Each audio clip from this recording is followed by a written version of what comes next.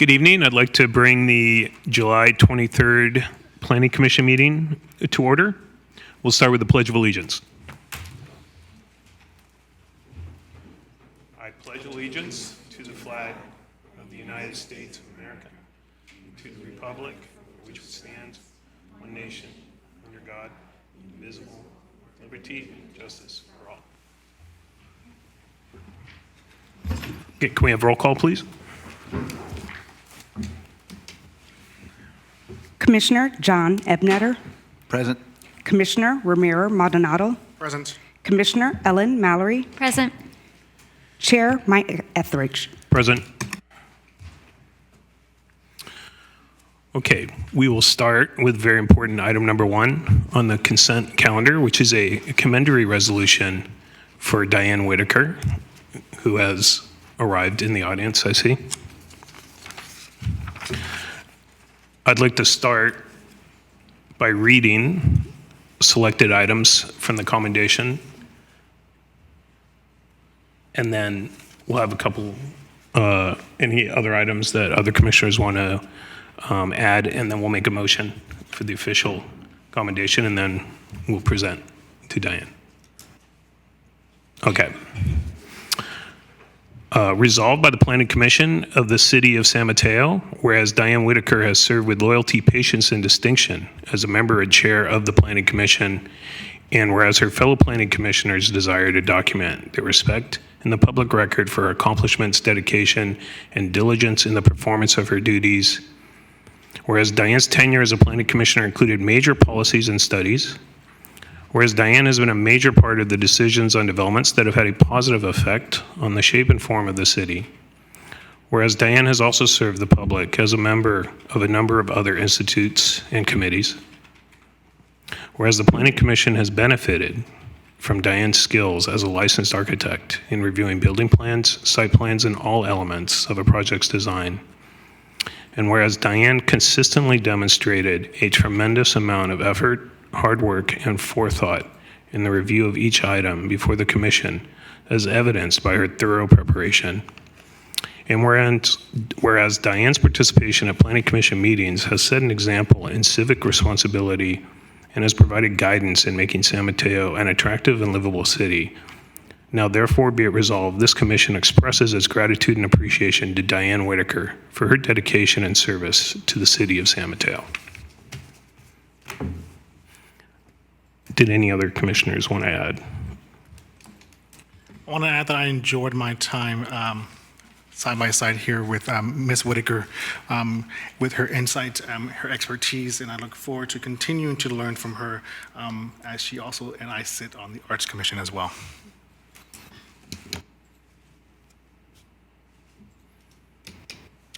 Well, this will be my first evening as a planning commissioner without Diane Whitaker as a partner. And I have learned a lot from Diane throughout the years, most importantly on architectural aspects. She's been an incredible teacher for me to realize the importance of different features, not just the paint colors or the window types, but a lot of different aspects. And I've been blessed to be able to have had that experience. So thank you, Diane. It's been a pleasure. Diane, I think when the words that John spoke earlier spoke about an example set, you were the ultimate example of a planning commissioner. You were thorough, you were calm, such an attention to detail, even down to a 1/4 inch by 1/4 inch notation on a drawing that caught your eye and caused you to ask pertinent questions. So we will miss that on the commission. And I really appreciated when I first started on the commission that you asked to get together with me and you forged a relationship with me right away that made it such a pleasure to work with you on the commission. And I knew I could ask you anything and there would be a history and a logical answer.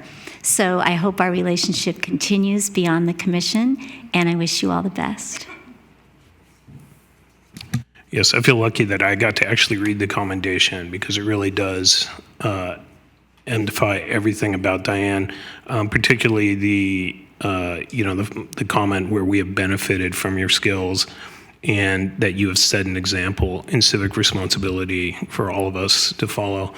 And I know that we'll be seeing you quite frequently with all of the future and numerous activities going on. So thank you very much. And with that, can I have a motion for the commentary resolution?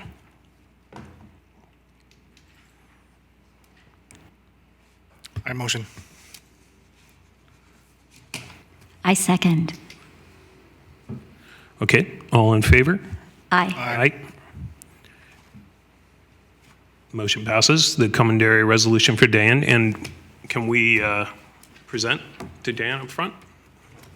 Does anybody want to come up?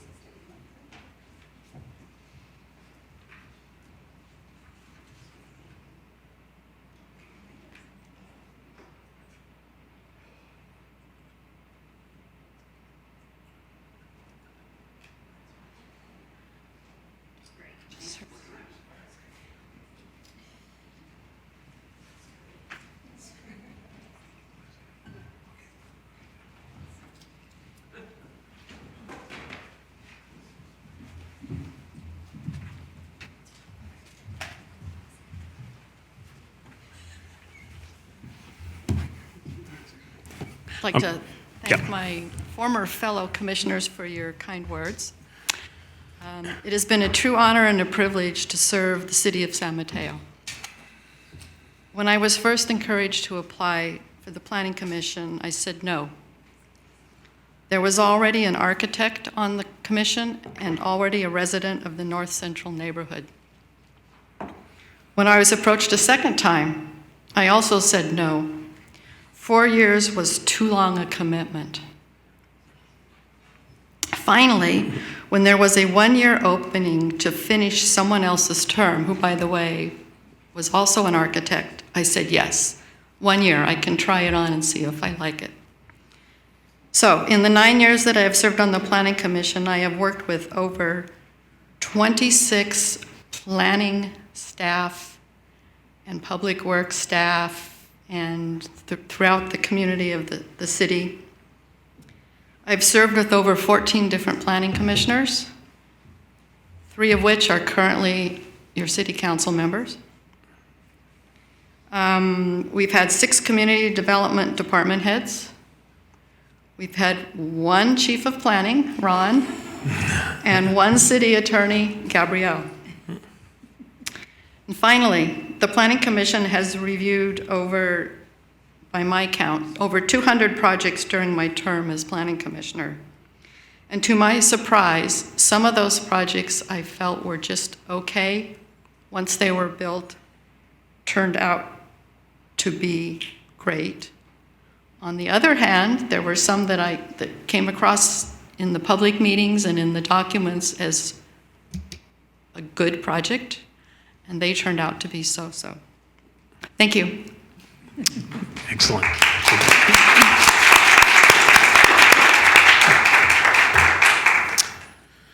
Okay. We'll move on to item 2 and 3 of the consent calendar, which are the minutes for the meeting on April 23rd and the minutes for the meeting on May 28th. Did any commissioners have any edits or changes to those? Okay. Then can I get a motion to approve both the minutes of April 23rd and May 28th? I motion that we approve the April 23rd and May 28th minutes. I'll second that. Okay, all in favor? Aye. Aye. Aye. Okay, motion passes 4-0. Now we'll move to the public comment portion of the meeting. Do we have any speakers?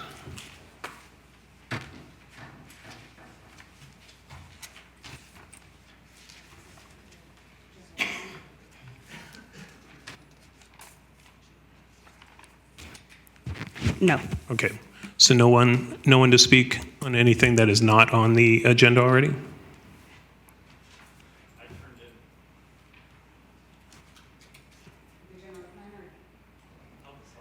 This is public comment for anything not on the agenda. Drew, Okay.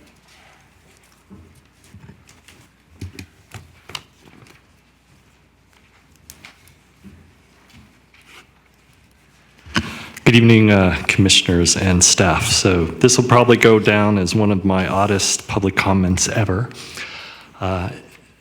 here and other places, but I have a request that in the process of producing maps, we back check the railroad tracks, where they're at, the stations, the half-mile circles, things like that. I go, this current map has the Caltrain track going through multiple yards, miles of people's yards. The stations are fairly close, but the half-mile circles aren't necessarily based on the centers of the station. I mean, it's either we're at the centers, half mile, or 2 circles north and south. You could argue either way and stuff, and there needs to be consistency. And this isn't just about the general plan map, so I know we're in public comment.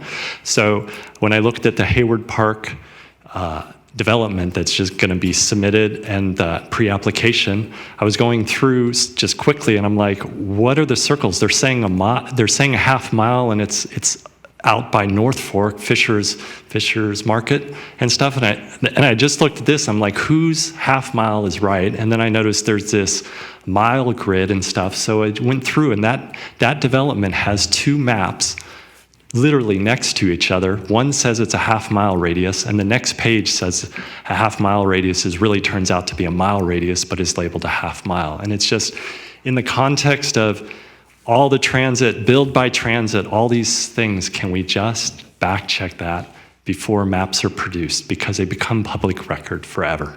Thank you. Okay, thank you. Any other commenters? Okay, we'll close public comment. Now we'll move to consent calendar item number 4, the general plan update study areas.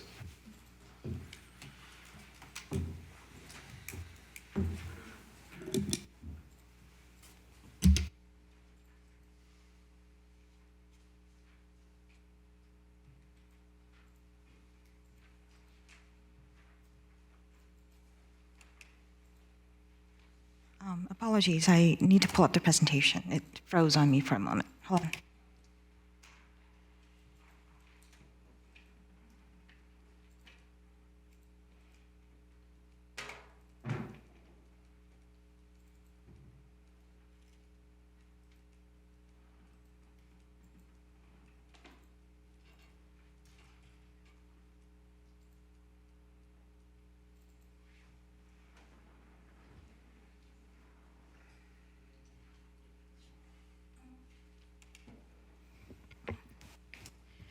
Sorry about that. Technical glitch.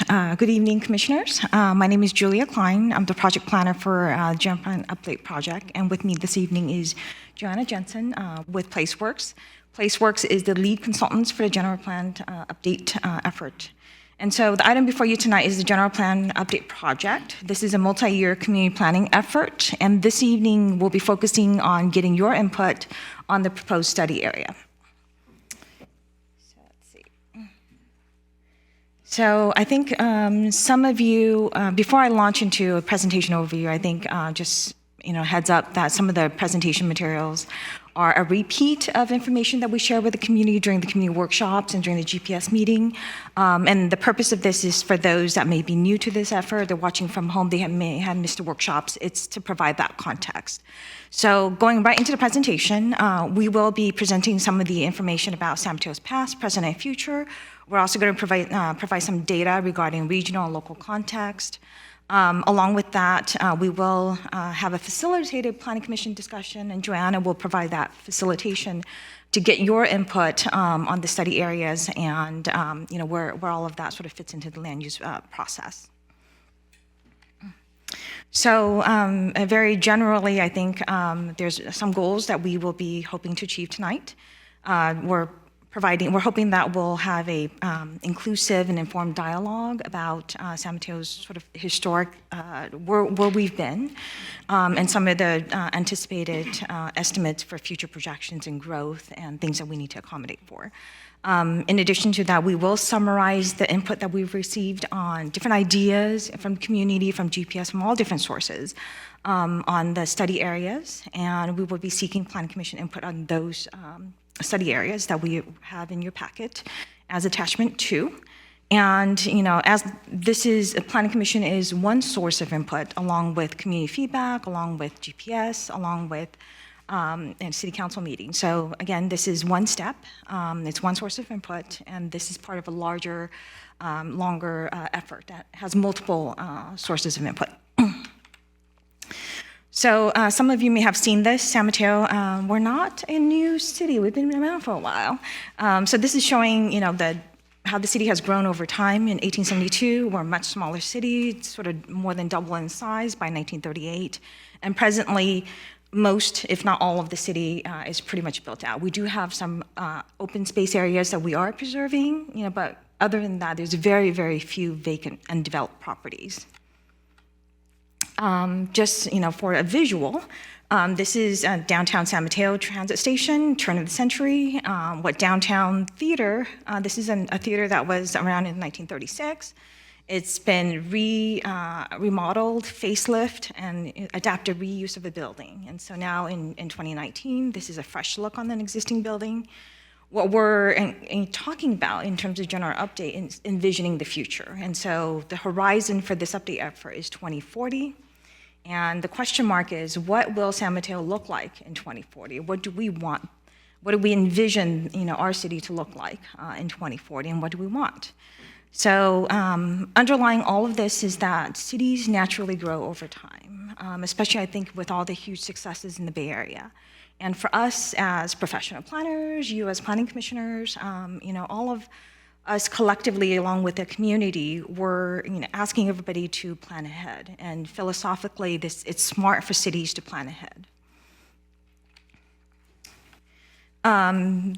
We did get a lot of questions about what the general plan is, why should we get involved, why should this matter? And this is a visual to kind of sort of illustrate where the general plan process fits in and some of the other tools that cities have in terms of implementing communities' visions, goals, and where we are is a high-level policy document, and that's the general plan. And then to implement the general plan, typically communities use specific plans, master plans, and then also zoning codes and other sections of the Muni Code. So generally, these are the categories of the tools that cities have to make decisions. And with the update effort, what we're hoping to do is update the vision for the general plan, and that way it'll help guide future decision-making in the future in terms of land use development as well as infrastructure projects, services. One thing I'd like to point out is that the last time that the City of San Mateo did a comprehensive update of our general plan was in 1991. That was a while ago. In 2010, during the Great Recession, we did a mini update. As you can imagine, some of the ideas and input that we received at the time was influenced by what people were experiencing at that time. Ideas for infrastructure projects, for services, projections on necessary housing, all of that was framed in the context of the recession. And so, keeping that in mind, we're certainly in 2019 in a different situation. The economy in the Bay Area has bloom much more than what people anticipated back in 2010. And so that's something for us to keep in mind as we're thinking about the future. Any estimates that we have about future growth, they're all estimates. And we're hoping that through this community planning process, the ideas that we're gathering collectively will kind of help set a new vision for San Mateo in 2040 that's reflective of what we're seeing in terms of that growth today and what we anticipate for the future. Underlying all of this, I think I want to point out that the general plan, it is a community planning process. The community input is vital to this, and community members working together to plan for our shared future is what we're hoping to achieve. So where we are in the long process, this is a multi-year project going out to 2023. We're relatively in the beginning part in terms of creating the land use alternatives, and identifying study areas is the first step in this land use alternatives process. Part of what we have done to date is engage the community in identifying a shared vision. This is included as attachment 1 in your packet, but just generally, we have established with community input a lot of workshops and meetings, GPS meeting, planning commission meeting, city council meeting, identified this vision statement. I'm not going to read it because you do have it in your packet. Along with that, we've, to reach out to community members who may not have traditionally involved themselves for whatever reason in local planning efforts, we've been going out to community in places that they typically gather, and that includes pop-up, at different events, extravaganza. We're also going to be at Thursday's Central Park Music Series, and then on August 6th at National Night Out, so come check us out. But we're also been attending different local meetings that people have invited us to speak at, posting on social media, posting in newspapers, so a variety of different ways to try to reach out to people and encourage people to participate. So just getting into the information about regional and local contexts, wanted to share with you population growth, San Mateo and also San Mateo County. And this is growth over time from 1950 to 2018. As you can see, San Mateo, we've more than doubled during that time period, from less than 50,000 to over 100,000 in terms of overall population in the city. County-wide, that number has grown even that rate of increase has been much more so.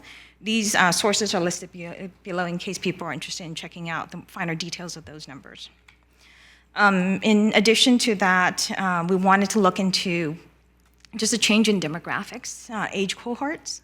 So from 2010 to what we're expecting, projecting in 2040, are some of the change. You'll see the different categories and age groups. And what's here in this slide, what's interesting is that the 65 and older group, what we're projecting between today and 2040 is a rise in the number of our population in the county that are in that age range. And beyond 2040, that's expected to continue to increase.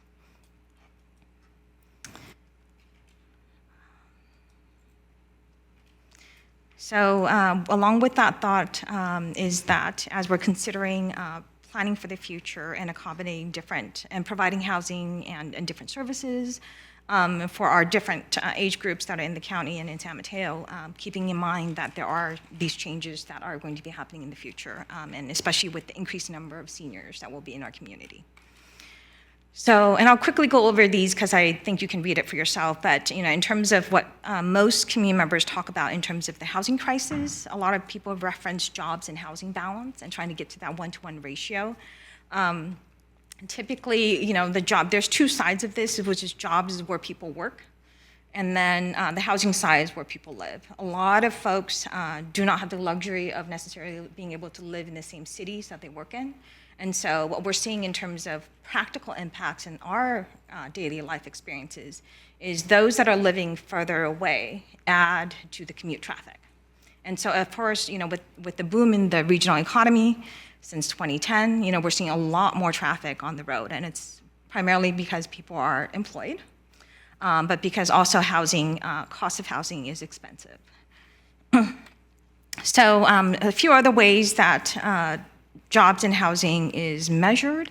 There's jobs and housing ratios, and then there's also jobs and employed residence ratios. We do get some questions about what employed residence, that ratio means. We have over 100,000 residents in San Mateo. This number does not include those in our population who are too young to work, retirees, or those who are not working for other reasons. And so just as a point of reference, approximately 54% of San Mateo residents are employed. The rest fit into this other category. For the purposes of this evening, we're just focusing on the 1-to-1 ratio between homes and then jobs created. So dwelling units and jobs created. And so what we're seeing in terms of jobs that have been created between 2010 and 2017 is approximately 16,773. New housing, 2,244. New residents in San Mateo during that same time period is 5,834. And from that, new employed residents, approximately 3,151. So given the growth that we're expecting and we're projecting to be in San Mateo, and there's certainly going to be a lot more growth elsewhere in the Bay Area, but just locally focusing on San Mateo, what we're estimating is that by 2040, we'll have a 25 to 28,000 net new residents. That would equate to about 8,000 to 12,000 net new households and around 10,000 new jobs in San Mateo City. These numbers are from the MTC and the ABAG. What is estimated is that there will be a need for a total of 50,830 households, housing units total in San Mateo by 2040. This is cumulative. This is not net new. This is everybody that's already here and the housing that's already here, plus the new population growth and the new housing units that we will need by 2040. So this is cumulative. As a result of the anticipated growth, what we're seeing is a need of about 8,000 to 9,000 additional housing units from what we have. And this is subtracting the projects that are already entitled but not built, or those that are in the pipeline. So, and these are net new housing units needed by 2040. So current growth that we have been experiencing, and also projected growth, all of that needs to be tied in and weighed along with services and transportation infrastructure improvements. And this is just a list of different projects and different efforts that Caltrans, Caltrain, and San Mateo City are engaged in currently. Wanted to share this information about the different ways people get to work. And this is certainly different than what people maybe have experienced in 2010. So more recently, we're seeing that approximately 70% of commuters, they're driving alone. So this is single occupant vehicles. What we have seen an increase in people carpooling, people using transit, different modes of public transit, walking to work, bicycling to work, and then what's interesting is the number of the percentage of people who are able to work from home, so telecommuting. And so that this sort of shift in the ability of people to have alternative ways to work or alternative ways to get to work, that trend is expected to continue to increase. We do also get a lot of questions about how to address the housing crisis, as well as minimizing sort of commute traffic and the congestion that people are seeing on the streets.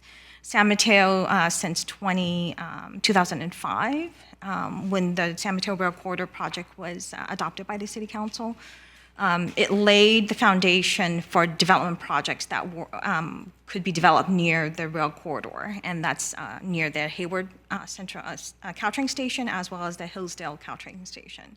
So the projects that have been built and occupied, partially built and partially occupied, and these are all three of these are within the rail corridor area. And so as you can see from this slide, Peninsula Station, which is on El Camino, it's near the Hillsdale Station. If this was a conventional type of development, the vehicle trips is shown in red. This is car trips. And that under conventional development, the trip rate would be, this larger number here. With the project approval came TOD, transit-oriented development reduction goals. And these would have measures. And from the annual measures of what those developments are actually generating in terms of trips, it's actually shown in green. And so as you can see, the greens are a lot less for all three projects than what a traditional development might be. So these are local examples of locating developments near transit, which provides people an additional option to be able to get around, aside from driving in their car. So it's another way of looking at development. So what we're going to do right now is switch to Joanna for this next part. Thank you, Julia. As Julia mentioned, my name is Joanna Jansen. I'm a consultant with PlaceWorks. We're leading the general plan update effort in the support of city staff. And I'm just going to explain a little bit about the study areas process.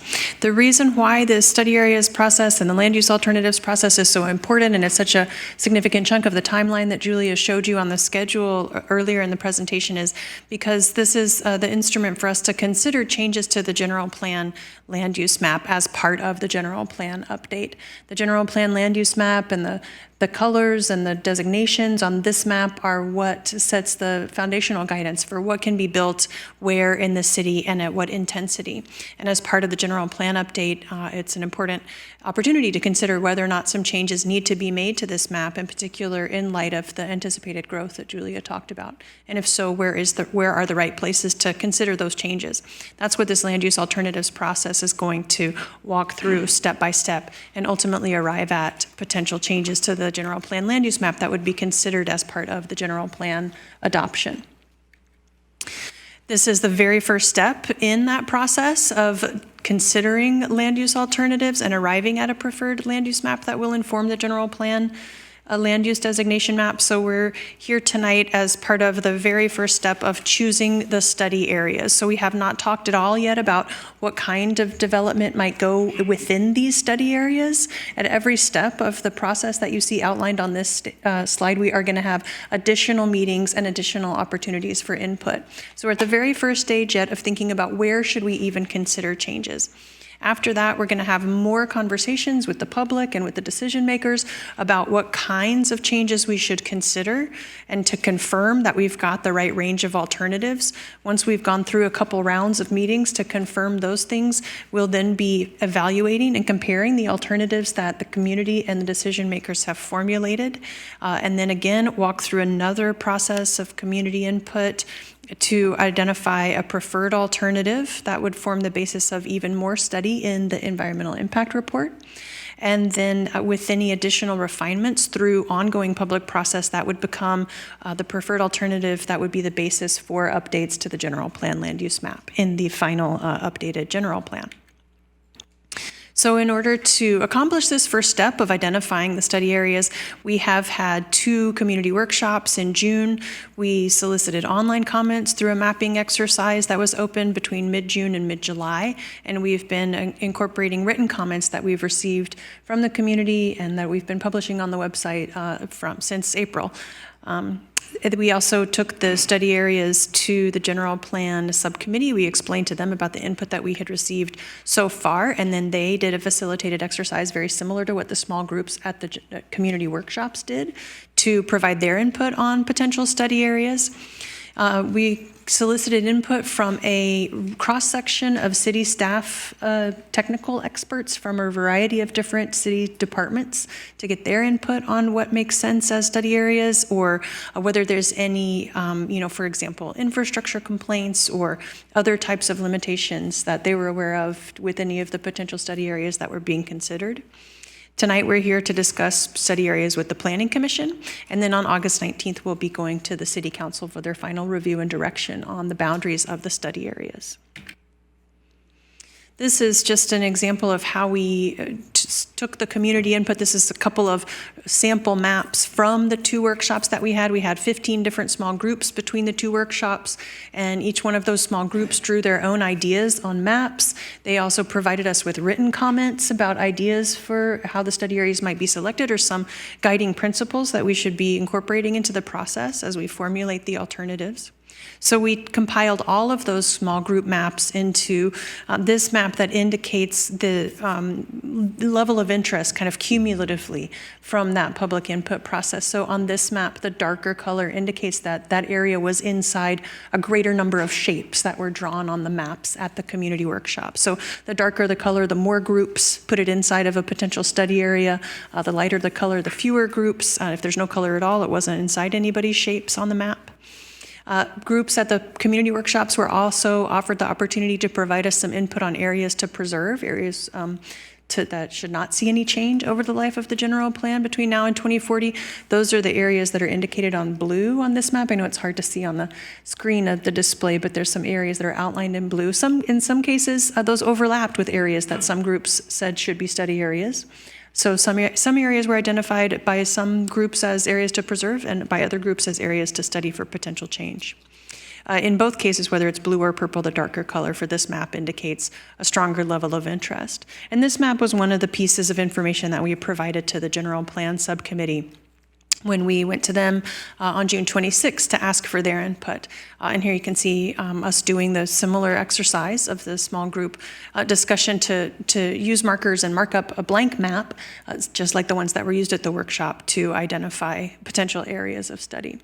So the map that we used both at the workshop and with the GPS included not only city streets and parcel lines, but also the parks that you see in green, the orange areas, which are both public and private schools, the Caltrain stations and the half-mile radius, bus stops, which were shown on the map, and then the purple areas on the base map are called sites requested to be studied. So those are parcels where the property owner or another interested party has come to the city and said they're interested in considering change on their property, potentially within the life of this general plan, and they'd like to indicate that to the community so that they can hear from the community about what kind of change the community might be interested in on those parcels.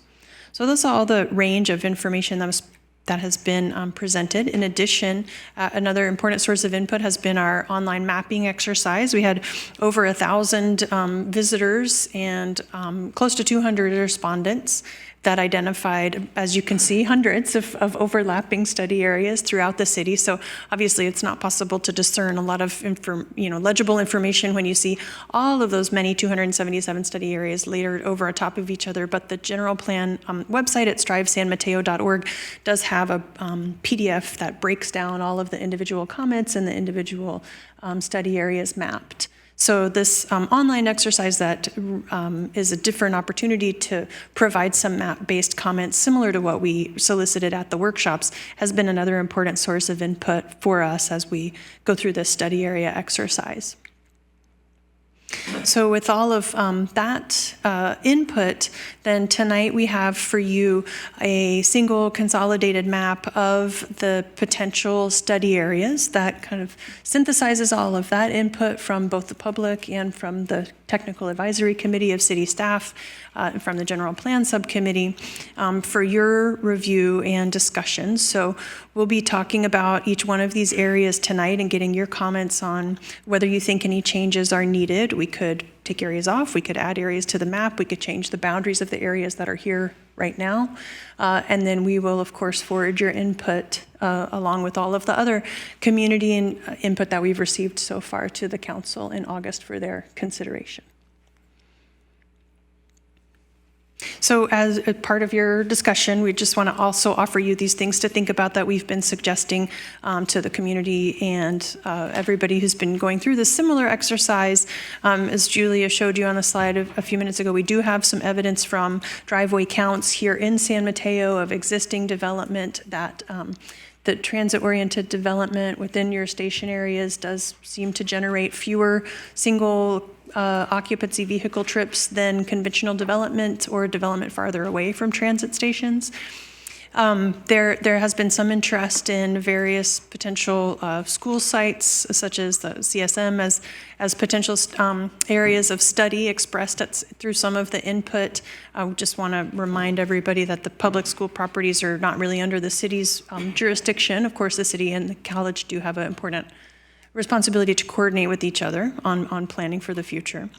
And of course, we have heard throughout this process concern about sustainability, adaptability, and resilience, and we know that going forward, attention to potential impacts from climate change, including sea level rise east of 101, is going to be an increasingly important consideration for all of the communities around the Bay, including San Mateo.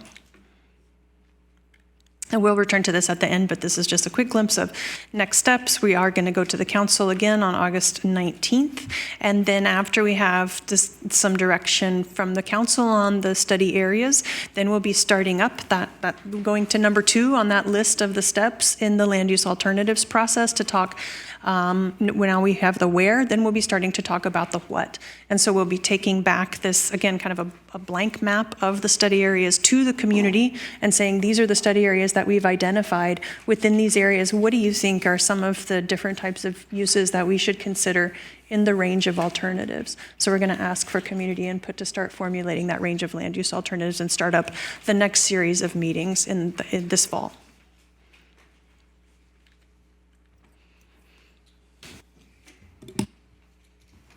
Thank you, Ms. Jensen.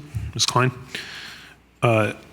So before the facilitated discussion, should we have is this the time to have the questions about kind of the process or how we got to? Did any commissioners have any questions?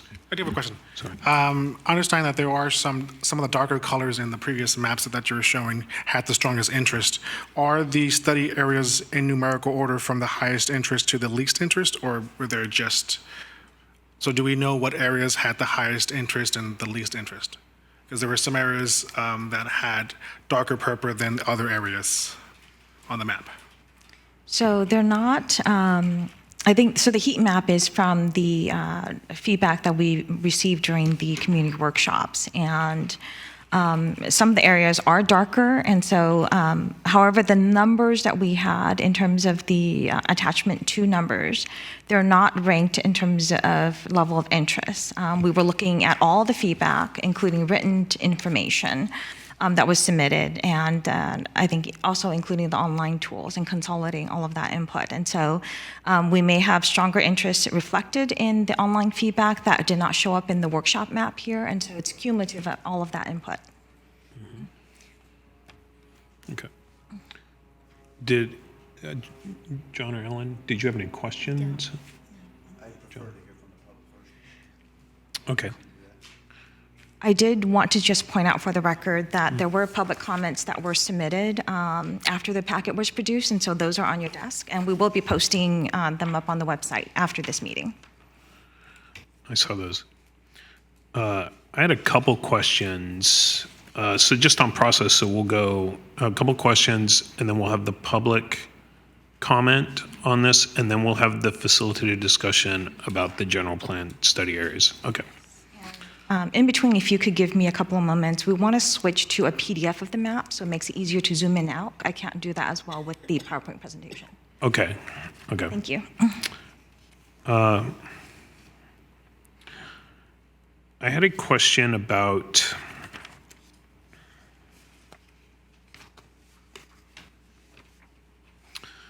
the slide that's right here, actually slide 26. So am I interpreting this right that, so along this El Camino corridor, this was an area of interest both to preserve and to study? Like, so if there's like a dark purple, but it's outlined with blue, then that just means that there was strong interest in the area on both sides. Okay. Yeah, that's accurate. I would just comment that particularly along El Camino in terms of the areas to preserve, you see that that's a lighter blue, so that's a lower level of interest as an area to preserve, and that the darkest shade of purple there indicates the strongest level of interest as an area to study. And then I know that there wasn't any kind of comprehensive demographic capturing or anything, but with regard to the groups that did give input to these 11 areas to study that have been assembled so far, do you have a sense for where, how they're kind of distributed through the city, both, in terms of where they live, ages, homeowners versus renters? Like, do you feel like it's a good distribution of our city's demographics that have input into these 11 study areas? You want me to? Okay. Yeah, sure. So I think what Julie is going to work on pulling up are some maps that we had at the 2 community workshops. So, we're trying to make our events kind of as welcoming, as inclusive as possible. Thank you. We have not been asking folks to fill out information about who they are or how old they are or anything when they come to our workshops, but we have been asking for them to put a little sticker on a map right when they come in the door and sign in to show where they live, if they live in San Mateo. So I think we have some of those that we can show here, the ones that I remember seeing, at least at the moments that I looked at them. I was pretty pleased that there seemed to be a pretty broad distribution throughout the parts of San Mateo. I can speak less in terms of workshop participants to demographics, owners versus renters, ages, because we have not been collecting that information. We did collect that information for the online exercises, as you saw in your packet. So the packet presents a little bit of information about, we asked 2 questions. People, what's your relationship to the city of San Mateo, visitor, business owner, resident, et cetera, and how old are you? And those, we have the significant proportions who are both residents and own property in San Mateo, but also people who work in San Mateo and own businesses and just visit San Mateo. So a cross-section of people's relationships to San Mateo. And then for the age ranges, we do have, for the online exercise, we have a spread across, I would say, only 2 folks younger than 17 or younger, but from 18 up to 79, we have folks from all of those age groups. I think those results probably skew a little bit younger than the proportions of the population, as we would typically expect to see with a lot of our online exercises. But people from every age range have been participating.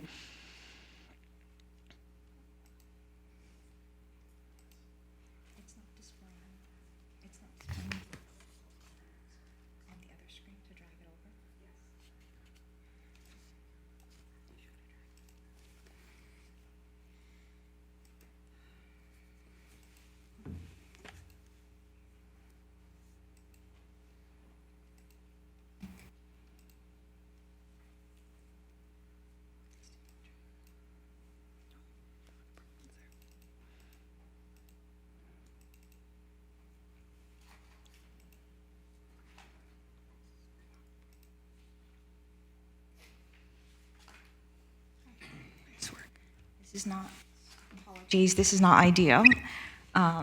So this is a photo of the live work map from a workshop on June 8th. Let's see, can we, see if we can zoom in? Is that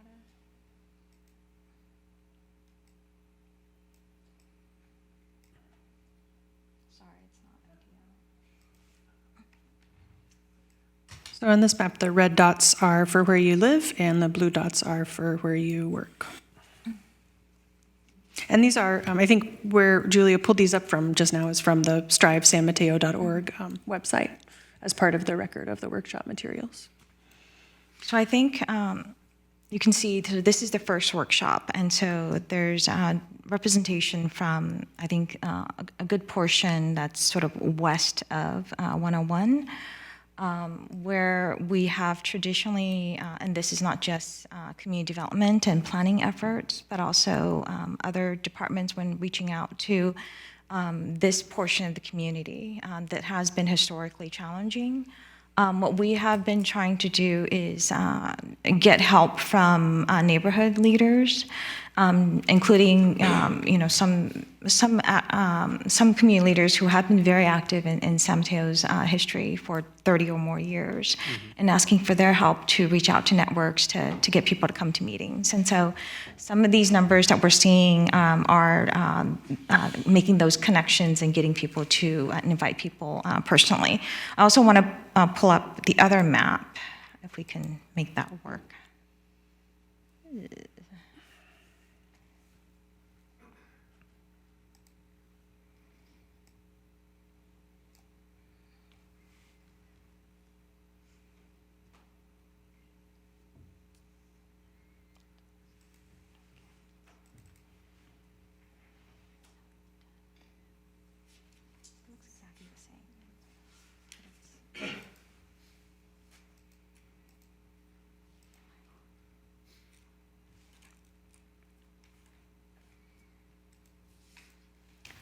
It's getting confused.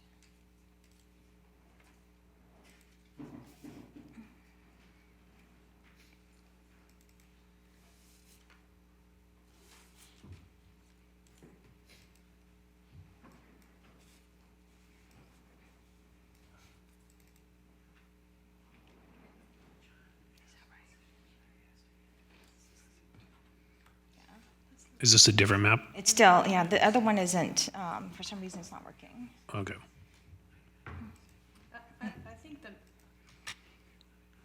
If I can recall correctly, I think the maps were relatively similar. I Okay. think the first one that Julia showed you is from the workshop that had slightly more attendance.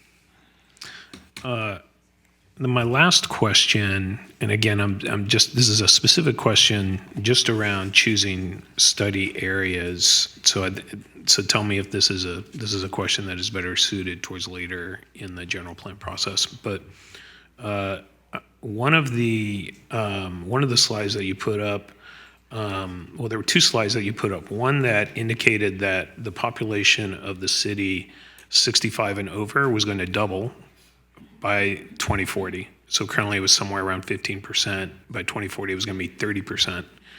And then secondly, I saw the estimates that were informing the plan that there needed to be another 8,000 to 9,000 additional housing units to maintain that one-to-one, I guess, job housing balance. But I guess my question would be, with those anticipated demographic changes, is that the right ratio that should be informing? Or this is a question that came up. If it's not applicable right now, then tell me, but it just seemed to me that might be something to, maybe that's more on the what, but. Sure. One point I just want to make about that slide that you're referencing, Commissioner or Chair Etheridge, is that that is for the county. The aged cohort data is not really reliably available at the city level, so that chart that you saw is for San Mateo County. Okay. Just to be clear. Okay. But I think the city is probably not too far off from that. So that's just a point to make about that data when you're viewing that. And then in terms of, I think your question is if the portion of the population that's traditional retirement age is an increasing portion of the population, is that reflected in the job projections? And the projections that we showed you are based on data from ABAG, and it does reflect ongoing job growth in the Bay region based on our current trends. And in terms of housing growth, I think there is both residential growth tied to future job growth, and also residential growth that's going to be tied to job growth that's already happened, that hasn't necessarily had residential growth that has kept pace with it. So even though there may be fewer people working, we still have a significant, maybe not significant, but we still kind of are on trend to have either a match or a slight excess of jobs versus employed residents. Okay. My last question, and then we can go to public comment if there are no other questions from other commissioners. Just to help me with the sense of scale, so it mentioned that for 2040, we would target adding 8,000 to 9,000 additional housing units. How many housing units are in the Bay Meadows total project? So I have that sense of scale. It's approximately 1,000. Okay, so it would be the equivalent of 8 or 9 Bay Meadows over 20 years. Would that be fair to say? Okay. I had no other questions. Do you have a question? I would like to follow up on some of the questions that you had asked, Mike. So for the online participation, I think there were 193 respondents on the online, and I am under the impression that it was not only in English but also in Spanish or Latin language. Can you tell us how many of the answers were presented through the Latin portal, or do you have that information? I don't have that information with me right now, but we'd be happy to follow up with you. Okay. So specifically just for this mapping exercise, I believe that between the portal and the workshops, there were a total of 335 respondents. Does that sound correct to you? Yeah. Okay. So so that would be representative of 1/3 of 1% of the population, correct? Out of 100,000? Okay. Yeah. All right, perfect. I just wanted to make sure I was understanding the math and who was actually participating in these. Thank you.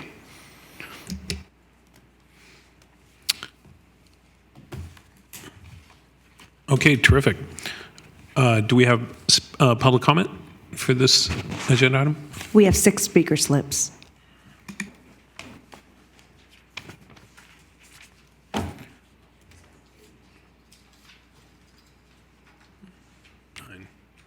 Do you want to use the clock?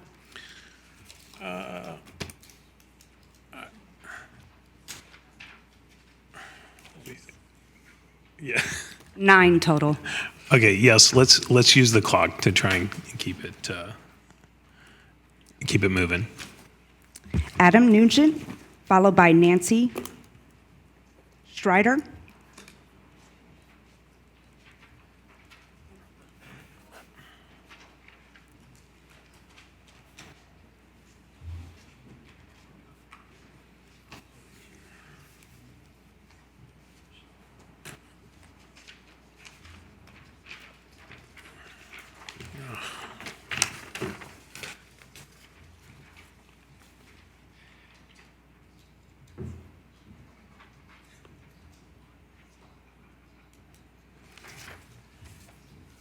Please go ahead. Good evening, Commission. I handed out a map that shows the difference between the planning area or the metro area of Atlanta and the metro area of Barcelona. Barcelona has 1/10 of the carbon emissions per capita. Scale is really important in planning and design, and we need to look at what works around the world and what has shown to be sustainable over generations and works towards that. I really like our vision, and I want to see that we live up to it. We also need to achieve what the planning field describes as triple bottom line outcomes.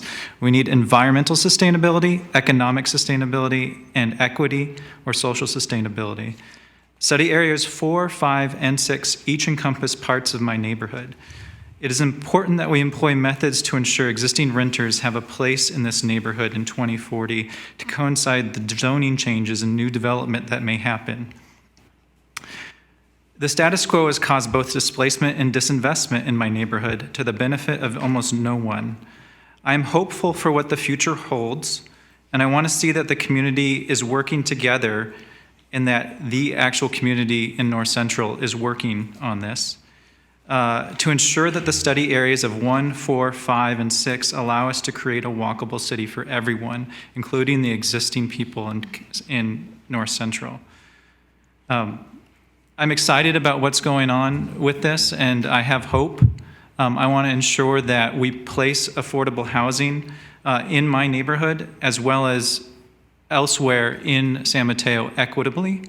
The neighborhood should be neither a segregated place for only low-income residents, nor should it be just another completely gentrified neighborhood like so many other high-amenity neighborhoods have become in the Bay Area. And so we need homes, we need sustainability, and we need equity. The planning areas may morph, they may change at the margins, but I want to ensure that what we do really hits those triple bottom lines. We need environmental sustainability, economic sustainability, and equity. So my neighborhood, I'm supportive of it as being a planning area, and I'm not representing any group, it's just myself. I just want to make sure that we do it right and that people are not hurt by this. Also, form-based codes, they're amazing. Please, let's look at that for future aspects of the urban design element. It could really help us achieve what we need to do. Thank you. Thank you. Nancy Snyder, followed by Gustavo Hornas.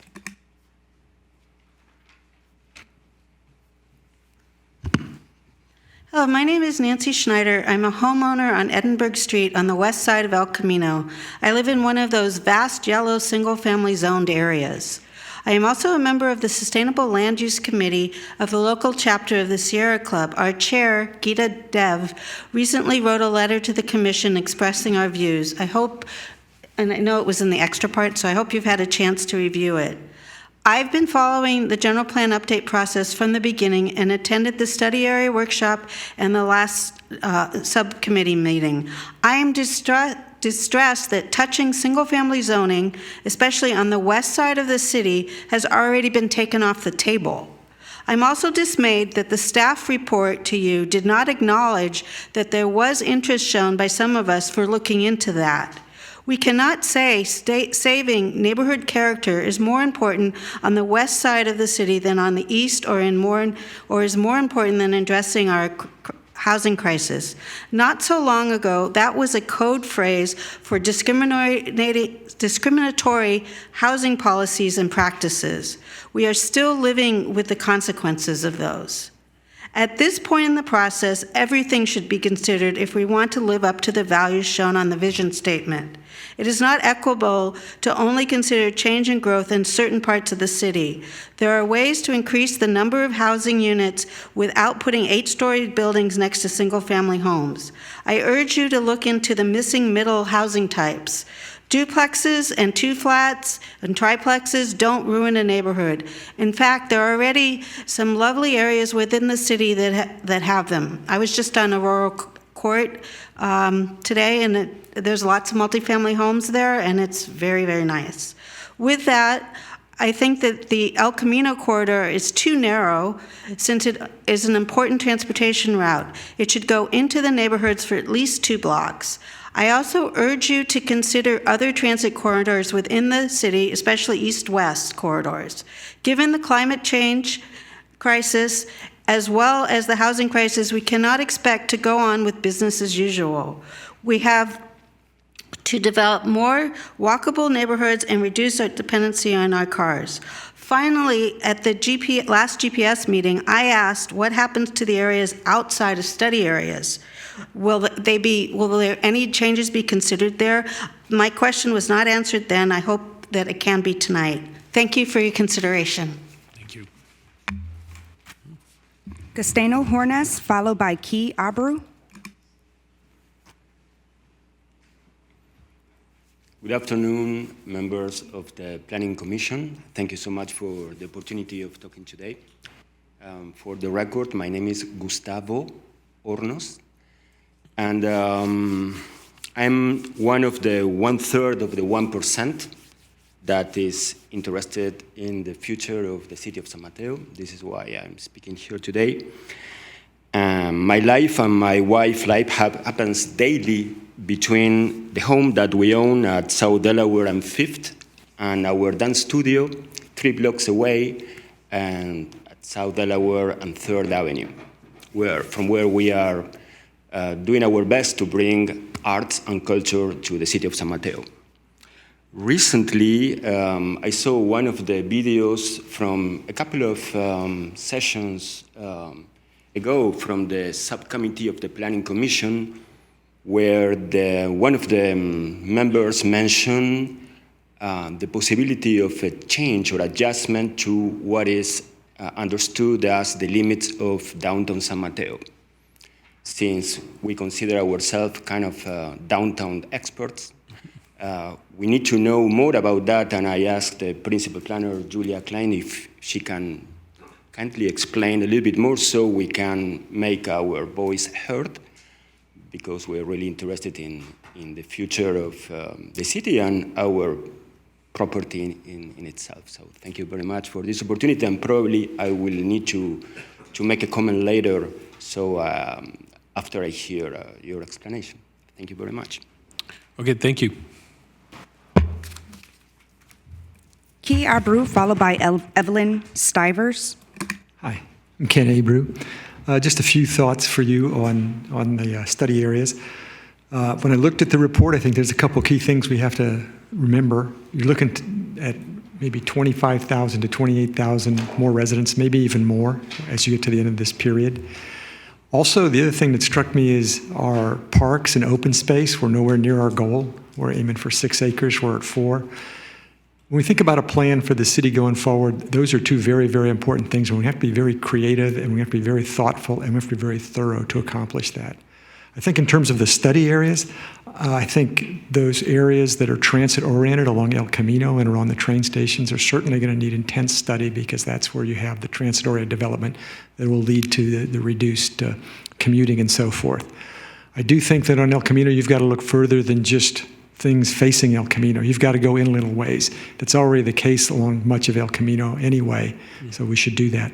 The other thing I would bring forth was a comment that Nancy made as well, is I think you need to look at the whole city, even the residential areas. I know there's a lot of sensitivity to that, but the fact of the matter is we can't solve this problem in an equitable way and in a proper way without looking at the whole city. And there are things that you can do, in the areas that are single family that will add the ability to bring more people in, that may be able to free up some open space, and we'll give everybody the message that we're all contributing to making this a better community by 2040. Thank you. Thank you. Evelyn Stivers, followed by Drew.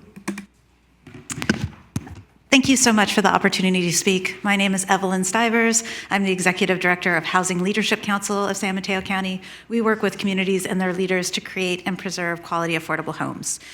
We've also been participants in this general plan process, and I love maps and I love drawing on maps, and I think I was begging at a previous meeting to draw on maps. But I feel like we might have, I think we've skipped a step. And I want to be cautious about going into alternatives without making a connection back to the vision.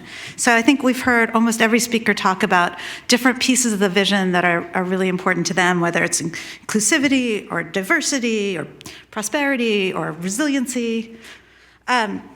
We need numerical goals or targets to show that we agree on as a community so we can weigh the alternatives. Right? So before we get to the point where we have alternative A, B, or C, we should know, does it meet our housing goal? And our housing goal should not be 8,000 homes, because then when your RHNA production come out, they're going to be more than that, and then we're going to have to redo the general plan, and we don't want to do that, right? That's a waste of money and time. So let's come up with goals that meet the current shortfall and projected need for housing. Let's come up with goals for inclusivity. Let's come up with goals for prosperity and resiliency. Maybe that's walkability. Maybe it's parkland. Maybe it's, I don't know what those are. I'm not experts in those fields. But we need to come up with a specific housing goal that I think should be more like 25,000, and an affordable housing goal that should be more like, 5,000? I don't know. But we should come up with that. We should agree on it as a community before we move too far down the road, and then we don't have a way to judge whether or not, or common principles to evaluate and we just get in a fight over, no, you're allowing development in my neighborhood, right? Instead, we're talking about the bigger, higher goals that we all agree on. So anyway, thank you so much for your time. I appreciate your leadership. Thank you. Drew, followed by Diane Whitaker.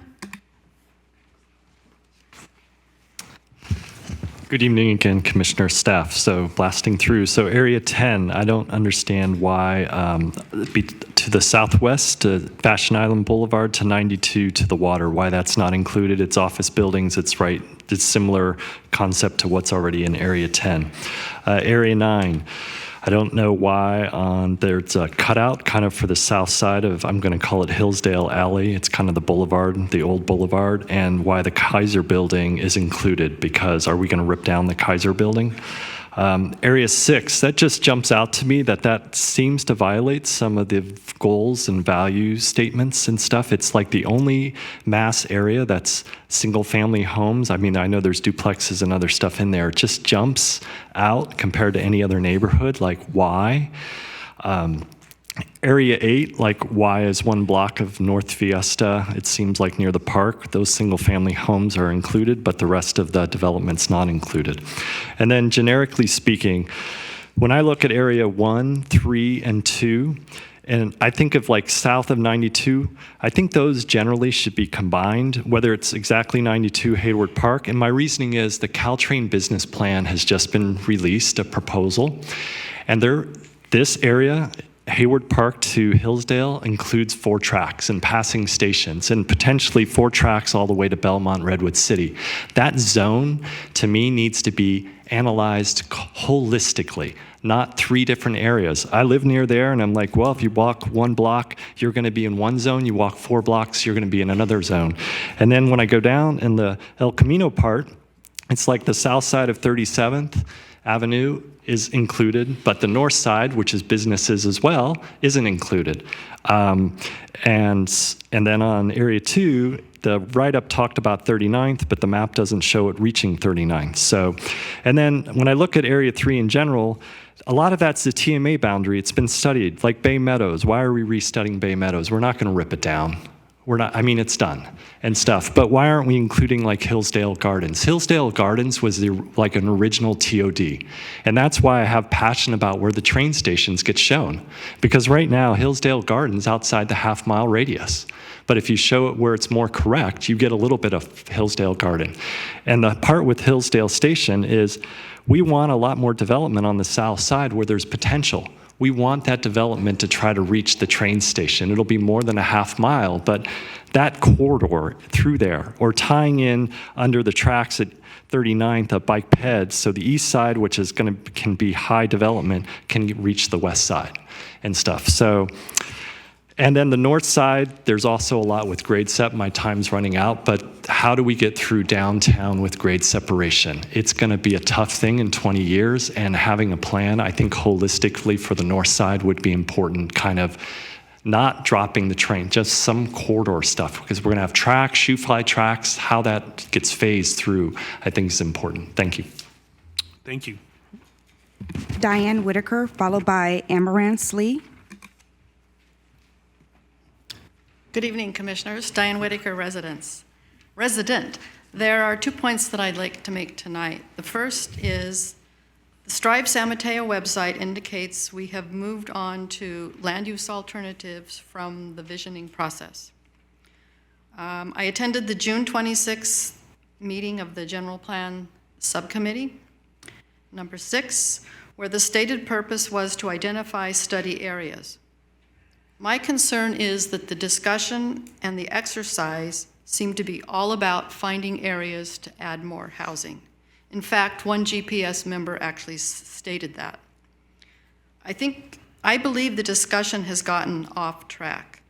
Land use encompasses a myriad of uses: commercial, retail, office, manufacturing, open space and parks, public facilities, utilities, mixed use, and residential. And just to remind everyone, land use is only one of 8 elements in the San Mateo General Plan. Mm-hmm. The second point I'd like to make is that through the community outreach process, housing has been identified as a key concern, whether it be affordable housing or housing at all income levels. The comments that concern me most are those that participants that identified increasing affordable and higher density housing in areas that are not currently single-family neighborhoods, and preserve existing single-family neighborhoods. If you look at the attachment 2 tonight, the map we've been talking about, the study area boundaries, you will note the 3 areas within half a mile around the Caltrans stations. The Hillsdale Station, which is part of Area 3, is mostly the mall and some commercial. The Hayward Park area is, again, mostly non-residential. You get to the downtown transit center, and almost the entire area is residential in the North Central neighborhood. I am here tonight to advocate for the North Central neighborhood. If you were to drive or walk through North Central, you will see mostly single-family homes.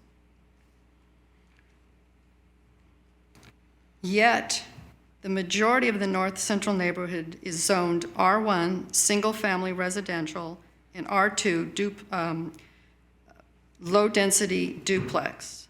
And due to some spot zoning that occurred prior to 1989, we have a few pockets of higher density multifamily housing. North Central already has a good diversity of housing stock. North Central housing stock is already affordable. North Central has been identified as a sensitive community through Senate Bill 50, which is currently on hold. And if North Central is upzoned, it would be vulnerable to speculative investment and an opportunity for gentrification. Thank you. Thank you. Amarantz Lee, followed by Susan Rowinski. Good evening. My name is Amarantz Lee, and I serve on the General Plan Subcommittee. I'm also a Hanson board member and a commissioner on Parks and Rec, and the views today are my own. I wanted to share that I was heartbroken when I saw this map. I was heartbroken because I know that there were entire communities that are not represented in this picture. And those communities, for example, that did have a voice at the Latino Outreach Workshop, who begged for their existence and ability to stay in this community, who begged for protection, who are one rent increase away from living on the street, living in the car, or moving. They are begging for protection of their neighborhood in the same way that so many other community members have called out for protection and preservation of their neighborhood. And what I see in this map is a perversion in the interpretation of neighborhood, a perversion in the ideals of protection, and a perversion in the definition that we are striving to achieve, inclusivity.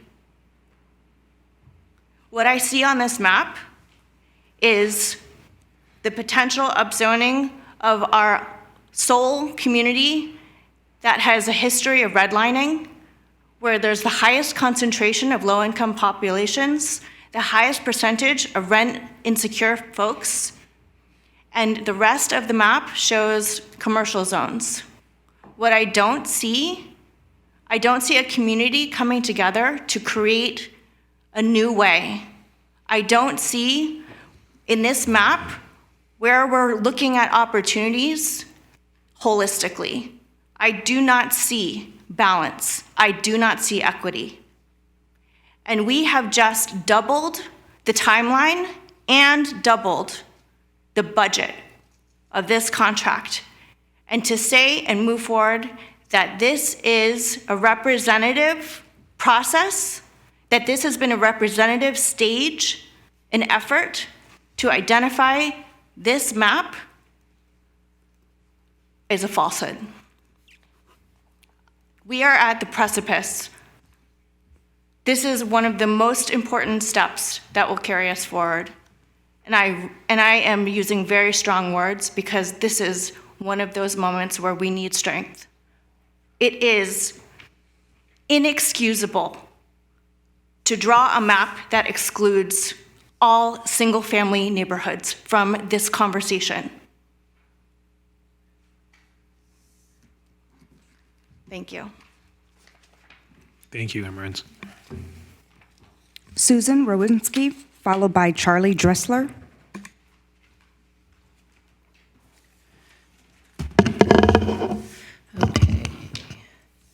Yes. Good evening. My name is Susan Rowinski, and while I'm a commissioner on the Sustainability Infrastructure Commission, my comments are representative of myself and not that of the commission. I want to thank everyone for all your work to date, and the map that has been drawn, or the proposed study areas. I would like the commissioners to consider study area 3 as a candidate for a future study for the following reasons. Number 3 has 2 actually Caltrain stations. Both of them particularly Hillsdale is actually one of the largest and busiest in the city right now. But just as important, These two stations are really key in the current update that's taking place on the city's master bicycle plan. That is, that bicycle plan is putting together routes that go into Caltrain. Area 3 also includes the newly renovated Hillsdale Shopping Center, our largest retail center in the city. Item 3 also includes Franklin Templeton with 242,000 square feet of office space and is actually our largest employer in the city. And then finally, number 3 includes some very high density apartments, be it Passage at 933 units, Green Station at 600 units, the Hillsdale Terrace at 100 units. So there's a lot of high-density housing there as well. What I would do with item 3, or study area 3, is I think I would expand it slightly southward to include the Hillsdale Garden Apartments. The Garden Apartments is actually the city's second largest housing density at 735 units. So Passage Passage is roughly 935 units. The next largest development in our city is the Garden Apartments at 705 units. And should be included, Area 3 should be expanded to include that development. Thank you. Thank you. Charlie Dressler, followed by Tim Tosta.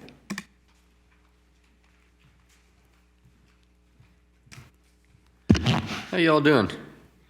I am not a commissioner. That feels good. I just had to get that off my chest. It's nice to be here. Thank you, commissioners, for bringing this topic up. I hope that's not me, but yes, it is.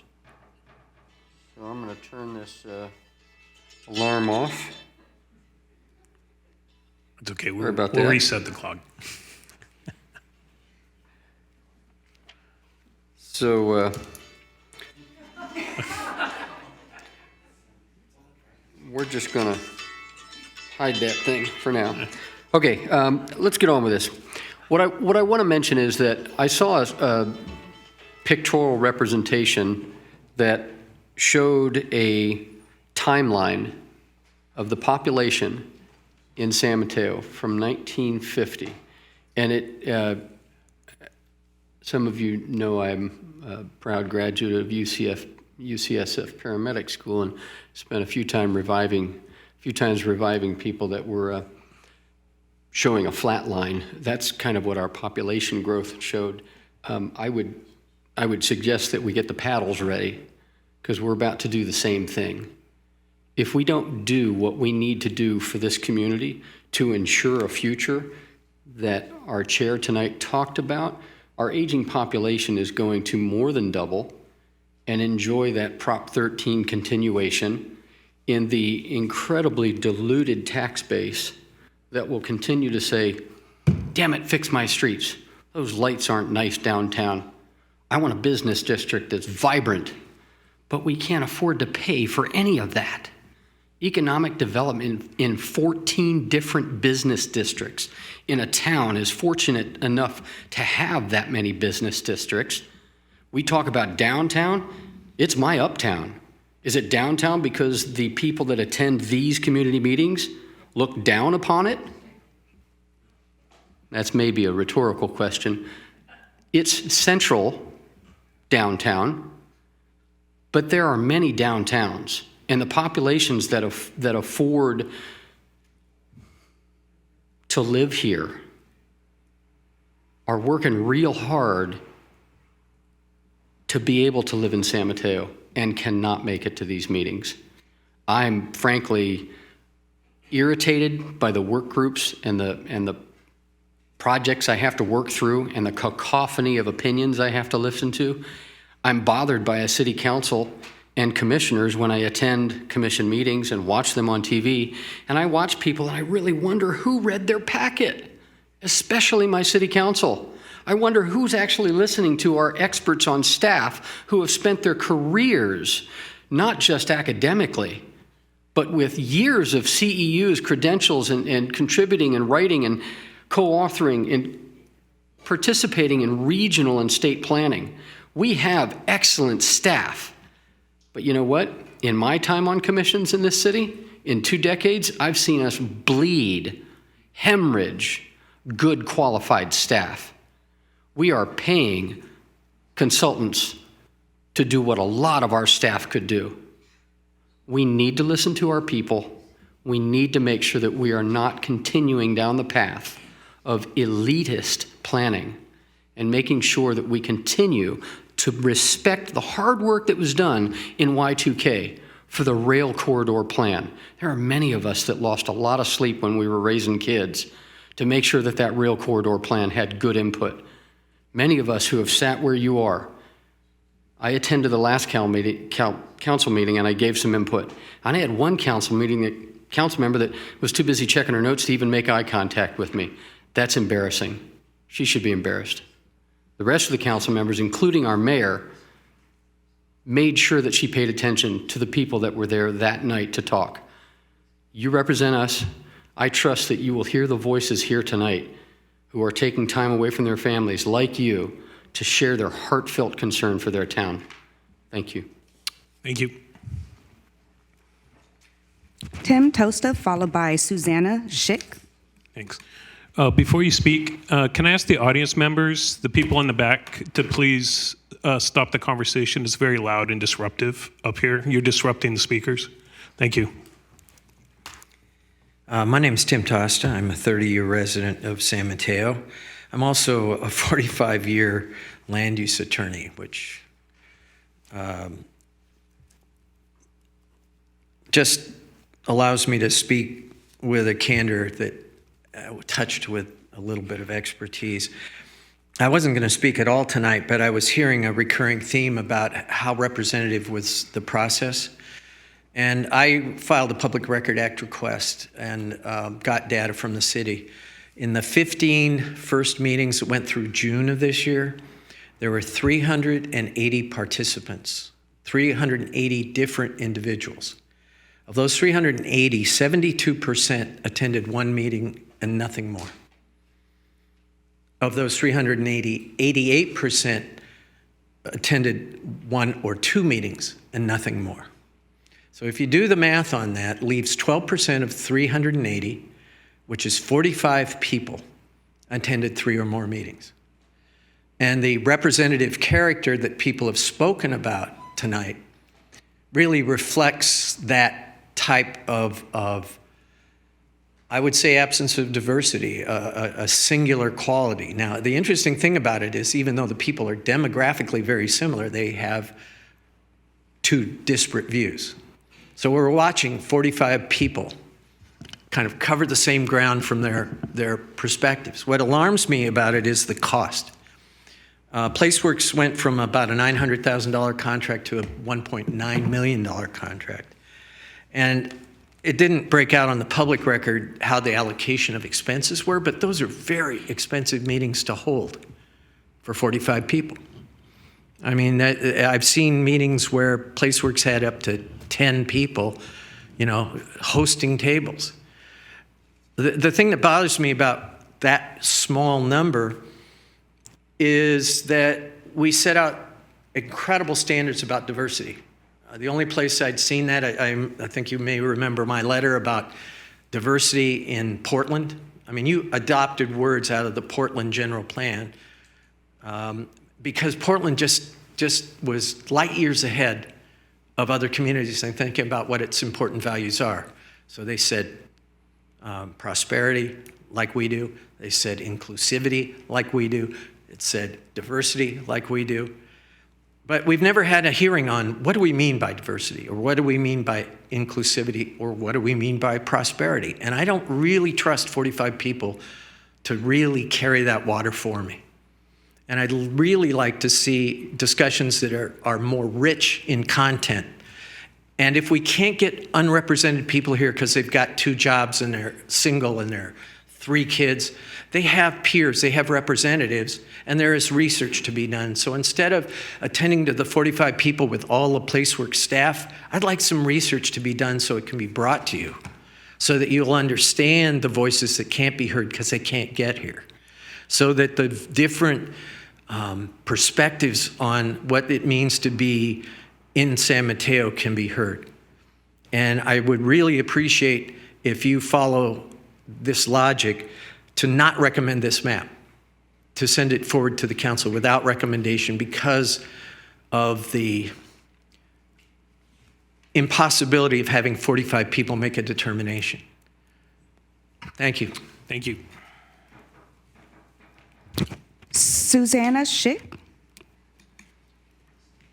Hello, Council. I'm so sorry I was late. I was busy doing a volunteer commitment that I couldn't miss. And just want to say, as a fourth-generation San Matean, we need more housing. I'm so grateful that you guys are working toward developing ways to build more housing. I'm constantly arguing with my friends that more housing does actually reduce traffic because it makes it easier for people to get to work.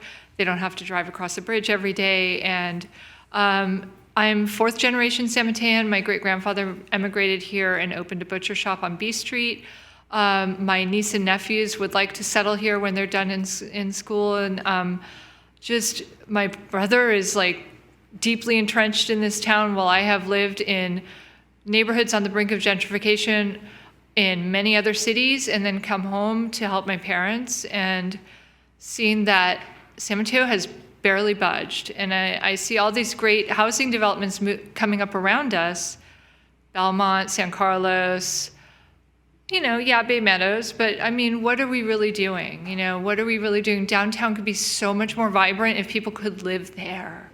And so I just want to be more rah-rah for yes, please, build, baby, build. Yeah, we have a single family house. It's walkable to downtown. I would gladly turn it into a multifamily house if the Baywood Homeowners Association would not completely annihilate us for doing so. And so anyway, I just want to say, yeah, I really would love to be able to, one of the reasons I love living here is that I can ride my bicycle much more safely than I did in Los Angeles. It's still not as safe as it could be, but Palo Alto is a much higher score on that. And I would love us to try and emulate Palo Alto and San Francisco in bicycle safety as well. Thank you. Thank you. That was the last public speaker. Are there any other speakers? No other speakers? Okay, thank you. We'll close public comment. So I think next we're going to go into the facilitated discussion of the 11 study areas. Is that right? Okay, can we take a 5-minute break first?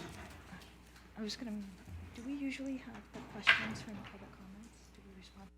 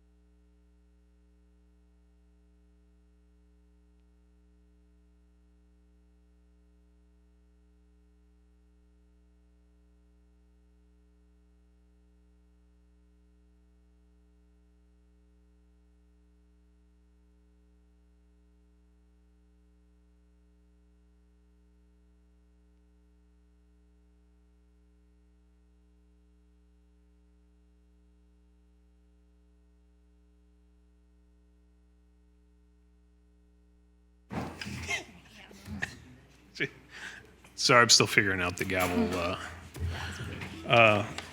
Okay, so we're back from break. We had some great public comments. Thank you, everybody. Before we go I think staff was going to respond to some of the questions that were posed during the public comment. Beforehand, were there any commissioners who had any clarifying questions that came up during the public comment? I do, yet if we want to answer the public's questions first, it would be fine. Do you want to? Do you want to wait? Okay. Okay. So go ahead.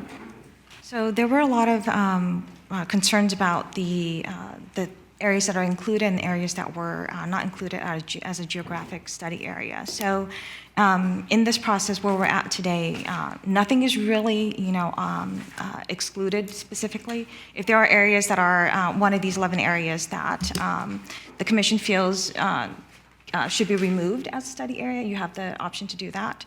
If there are areas that you would like to add and include, there's an option to do that as well. And so that is part of the process, is to continue refining the areas that we study. So nothing is really off the table.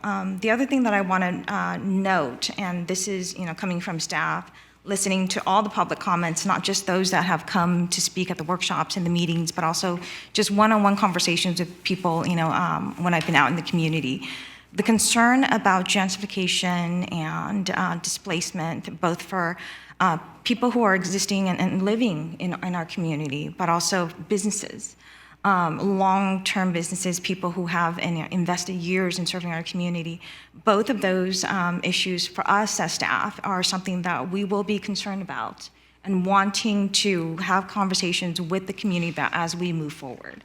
And whether they're here in identified in study areas or just on the outskirts of study areas, when we're talking about the issues, gentrification and displacement, it's not just one. It's sort of those topics have a sort of ripple effect. When you make changes in a certain area, it has trickling effects onto other services. And so for me, the next step in our process, the next step in the meeting series, the workshops and the community meetings that we're going to have starting in September, October, is getting into the what. I fully expect, and I'm hoping that everybody who's here tonight talking about gentrification, concerns about issues that affect the resident state, they're encouraging, they're coming to the meetings. If you know people in demographic groups or neighborhood areas that cannot come, help us find community representatives that we can help bring and include into conversations. So I want to make sure that goes on the record, that is something that staff is paying attention to, and the consultants, we've talked about that. And that's what we're thinking about, making sure that we touch on those issues in the next group of meetings. Where we're at right now is just getting to the where. We're a large city geographically. Certainly the commission and the council wants us to study the entire city of San Mateo. That's a conversation to have, and we need direction from the council to do that. Initially, when we proposed the project and the budget and the timeline, it was with the thought that we would provide a recommendation to the Planning Commission and City Council for up to 12 study areas. And along the way, we've taken in all the comments that we've received, at the workshops, people that have provided written comments, the online input, and trying to do the best that we can to come up with this recommendation. It's not perfect, which is why we're hoping for direction and feedback from the commission, and appreciative of all the members of the community who are here tonight to speak from the heart. The other thing I want to make sure that and this might be something if the chair is open to this. I wanted to get a little bit more understanding from Gusto, who talked about the change in the downtown study area boundary. So that was actually a recommendation from the GPS discussions, is to adjust the downtown specific plan study area to focus, and this is the area that's shown in green, area 4, to focus the commercial corridor and distinguish it from the residential uses. And so I think that, and Ellen and Commissioner Romero were at the GPS meeting, so you can correct me if I misunderstood that. But I think there was a general conversation about focusing the discussions on commercial versus residential, and that's why that boundary line was recommended to be adjusted. So I think those were the notes that I had. reflective of where we are today and in trying to identify geographic or just study areas. There are a lot of comments that were about more related to what we need to study at the next step. And so I think we've noted those in the comments. It's on the record. Okay. Through the chair. On page 16, the jobs, housing, and balance, where a good balance would be one job to one bedroom, I'm assuming is what the ratio means, 1 to 1? 16, yeah.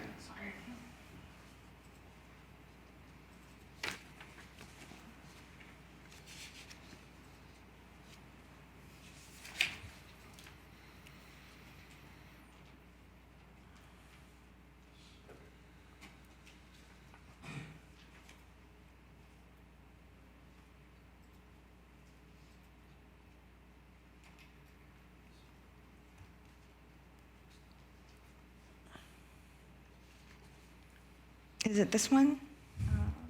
Or the next one? No, it's, we don't, yeah, so, The other one. so jobs, housing, balance, for every job, a good ratio is 1 to 1. So one job, one bedroom, correct? One job, one housing unit. One employee resident, I'm sorry, for this one graphic. Okay. So on sheet 18, from 2010 to 2017, in the city of San Mateo, there was an increase of 16,773 jobs.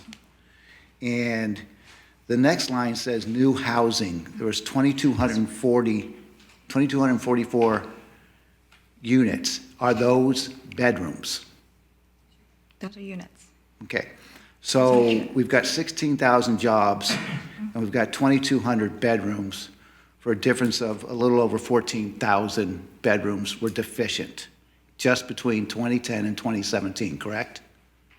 Okay. So the next page 19, is the projection from now until 2040. Okay? Correct? All right. So we're saying that we knew, and the ratios are a little bit off with residents and jobs if you look at the same ratios on 18 to 19, but that isn't the important aspect that I'm trying to get to. We're saying we are going to need between 8 and 12,000 households. So is a household is roughly 3 people? So now we're talking about households rather than beds? San Mateo's current population per household is about 2.6 persons per household. Right, so it looks like you rounded up to come to this, roughly, right? Okay, so we know we are currently experiencing a housing crisis. So with the additional 8 to 12,000 households, you would be accommodating the new residents only. Just in the last 7 years, we are deficient 14,000 bedrooms. In the 3 decades prior to that, we've been deficient at a number that I don't think we could all agree on. Yet it has been the production of housing units from 1990 to 2020 has been extremely small compared to the population growth. So my concern, or my question is by identifying 8 to 12,000 units between 2020 and 2040, you're already starting off at a minimum of 14,000 units in the rears, which, even with the new houses you're going to build, wouldn't even address the deficit that we already show. Is that a correct assumption by looking at these numbers? You know, if I can chime in, I think the illustrations that are provided on the slides are intended to do two things. Number one, to indicate it, for at least for the past decade, that their job growth has far exceeded the growth in households or dwelling units. Secondary, so you are correct in that, given the most immediate past, there have been more jobs than have been created households, creating the imbalance, which has been identified through public workshops as well as some of the background reports. The slide that you see now, estimated growth for San Mateo City, if you look at the source, that's the Association of Bay Area Government Projections. So that's a number of different factors that are involved in terms of those projections, which include job growth, which is derivated from national trends down to regional, then allocated to different jurisdictions. And it also includes land available, zoning. So certainly I think one of the things that we're looking for is estimated growth to the year 2040. The charge for the city as a whole in this general plan effort is to say, okay, well, what do we envision for the city of San Mateo by the year 2040? So, you know, it could be that in the next set of projections, these numbers are different. So I think the operating concept that the commission should be aware of is that similar to other peninsula cities, job growth has exceeded household growth to accommodate the people who are working in those jobs. So I think to use this particular graphic as a mathematical equation, I think what we're talking about now to the year 2040, and I think Ms. Klein indicated, is what is the vision for the city of San Mateo? So, you know, we'll get into that in the analysis of exactly how many units, but I think on this level, to do the math, I don't think is really going to be that productive or get you the answer other than, again, through the workshops, through the background reports that have been done, we know that with the recent economic boom, job growth has exceeded household growth. Thank you, Ron. Yet, looking at the numbers and without acknowledging the deficit, I don't know how you were able to address the future. But that's for later. That was my only question at this point.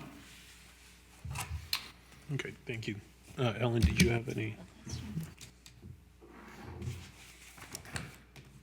Okay, so in the time I've been on the commission, we have seen projects come in where we have voted to rezone a particular parcel in order to enable someone to build a building.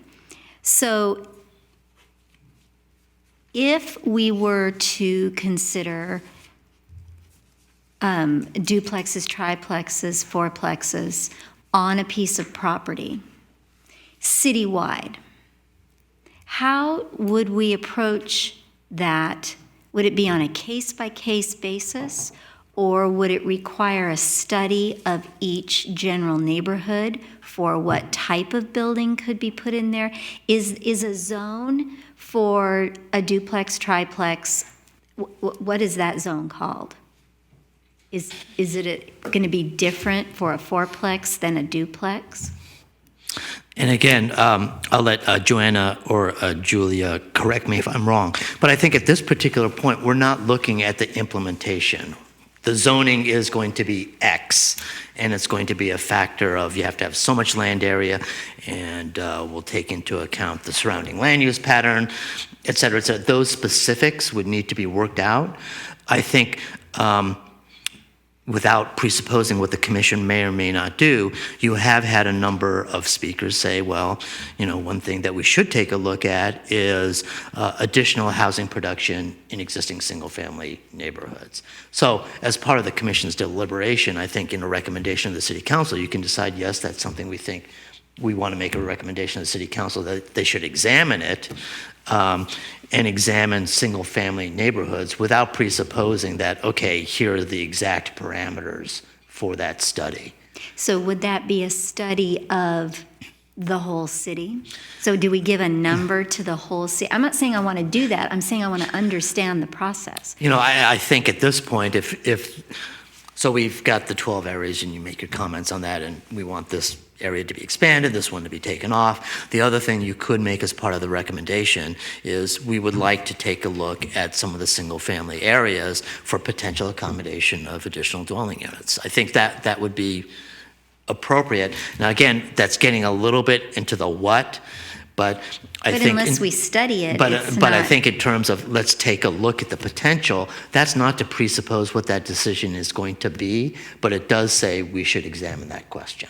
Okay, but it would be as far as sticking a number on the whole map, saying, and this would be an overarching study that we would want to consider. Yeah, I wouldn't say, okay, what number is it going to be? I would just say as a concept, if the commission wishes to say, hey, we think we should examine single-family neighborhoods to accommodate additional housing units, I think that would be fine without saying, okay, it's number 13 or number 14 or 15. Okay, thank you.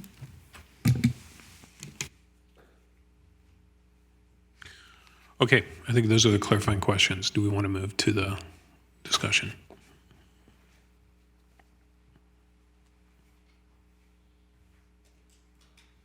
Sure. So while Julia is pulling up the map that we can move around on a little more easily, and she's going to help us kind of navigate the map while I'm talking with you guys and listening. I want to offer the commissioners a chance to decide how you want to approach this. Certainly one way would be to go through the study areas, could be north to south, it could be in numerical order, or a different order that you want to choose, and kind of go through them one by one. We could look at them in certain groups.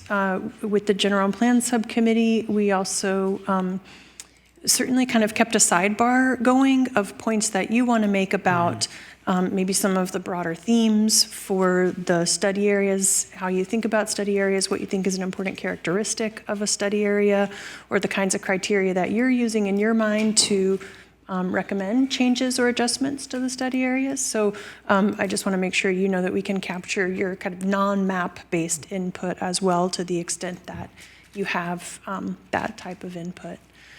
Could I ask the rest of the commissioners, would it be helpful to identify prior to going through the different numbers here, to identify issues that we've had up to this point in understanding where we've gotten to where we are, or issues, so do we feel that a large enough sample was used to get the particular data? Are we comfortable with that? Are we comfortable with the process so far before we jump in and talk about what's on the map? I think in John's assessments, it was 0.1% of the total population of the city of San Mateo were actually the ones who actually responded to either coming to either one of the two workshops or doing the online session. So I don't think that's actually an actual representation of the city itself. So how will we go by if we're not happy with the representation of the map that's being presented to us to go?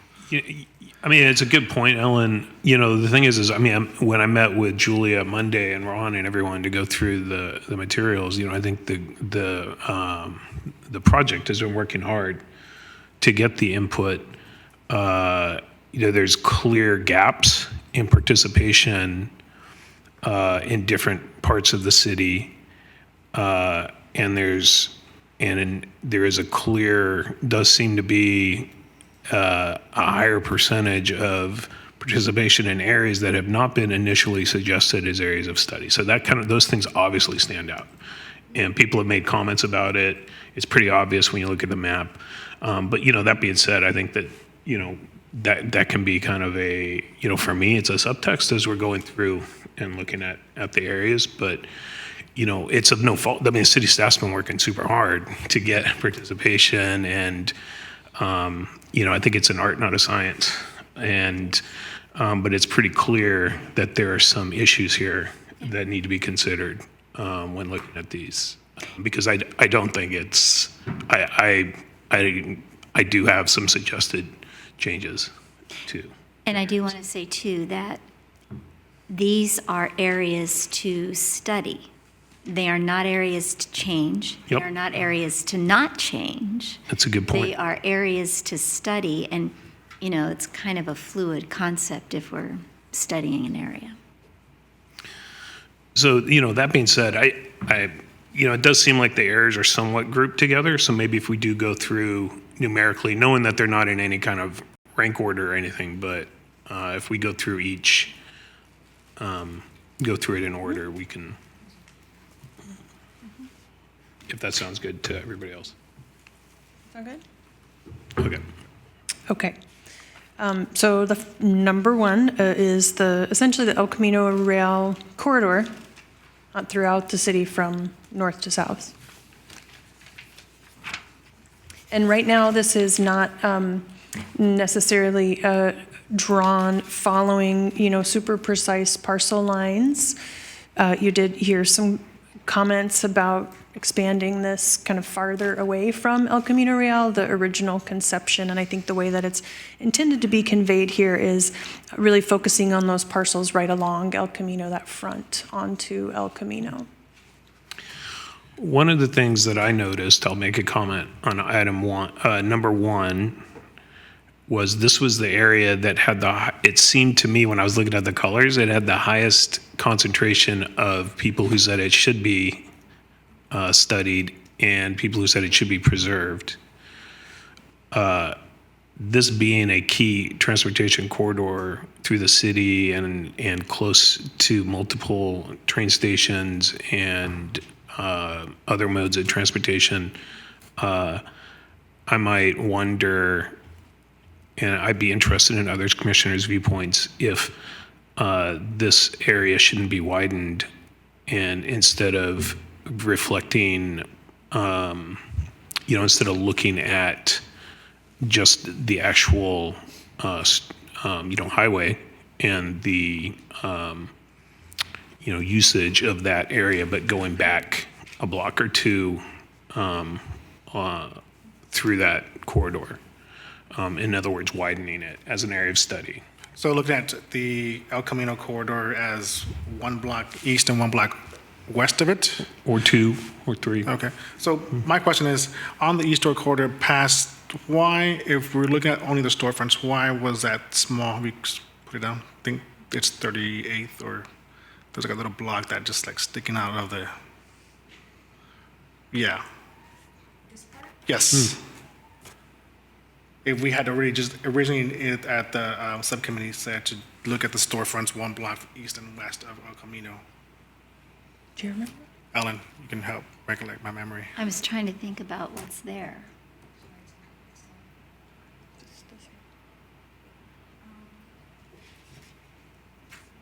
I believe that's 37th. I believe that's where there's a... Is that where the animal hospital is? South Hillsdale? Yes, 37th Avenue is a neighborhood shopping street. It's not as well known as 25th Avenue. It's not as large as 42nd Avenue, but they do have a number of restaurants and other establishments. I think Culligan Realty has an office right there at the corner of El Camino Real and 37th. On the other side of El Camino is the car wash. Yeah. Where Romolo's is. Yeah. Okay.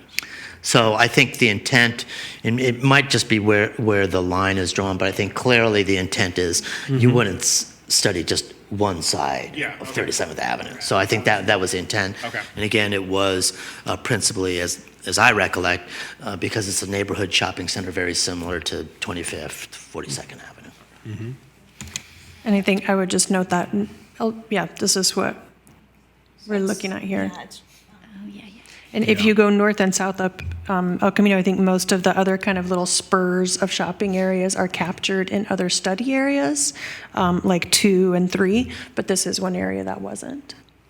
So one of the thinkings about any of these areas, this came out from community workshop, GPS discussion, is the concept of transition.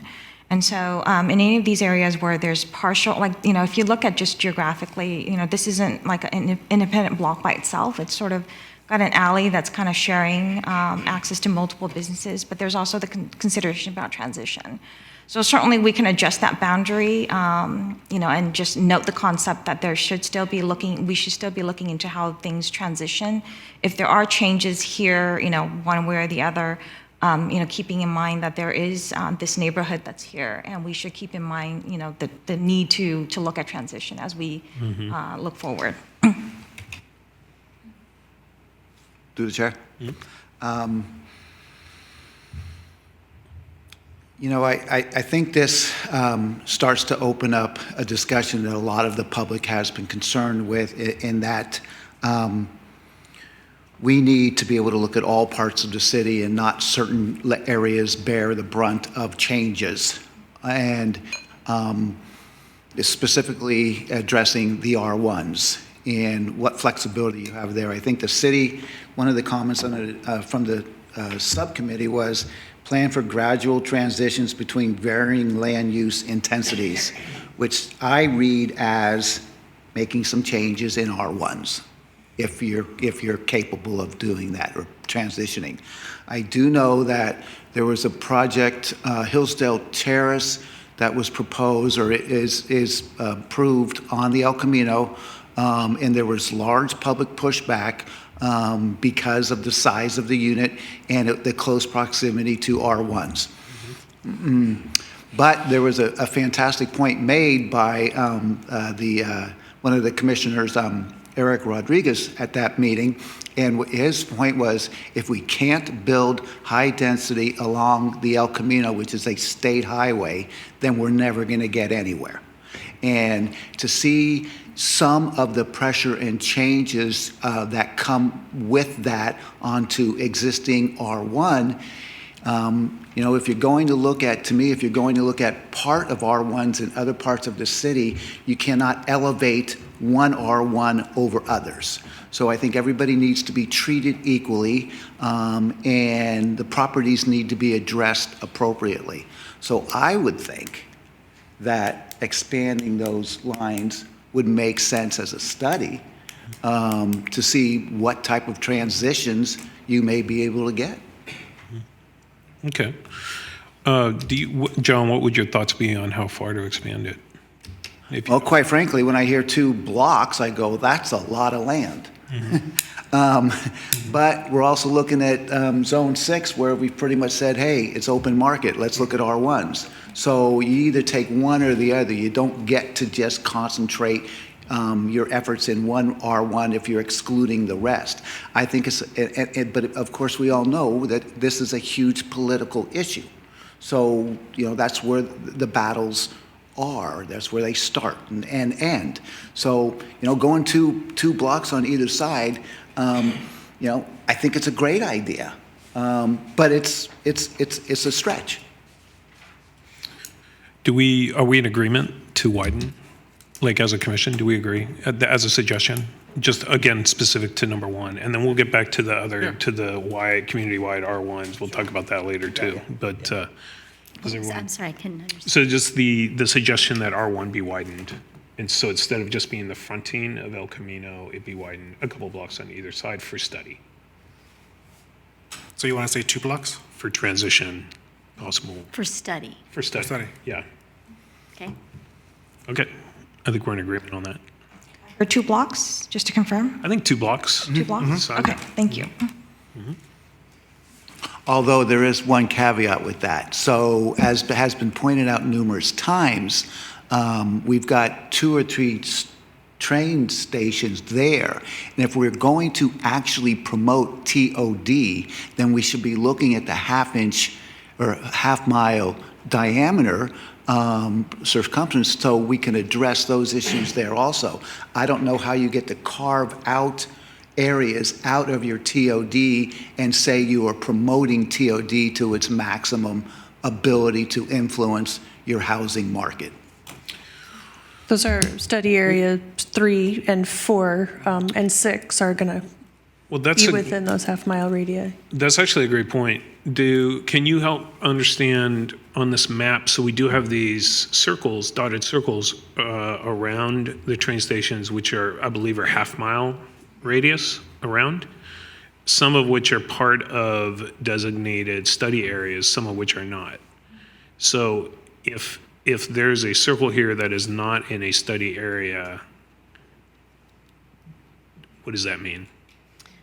So as I mentioned, I think what we were trying to do is take the majority of the input that we heard and where we had a lot of comments and input on focusing. So when we started the workshops, we did show the radius areas so that the community members, GPS, everybody had a chance to kind of see where those radius boundaries were. As you saw on the heat map and then also on the online participation and through the written comments, we tried to take all of this feedback and focus on areas for these boundaries where we got a lot more interest. And so that's not to say that we can't, at this meeting and through input from the commission, adjust these areas. We can certainly do that to expand the study areas.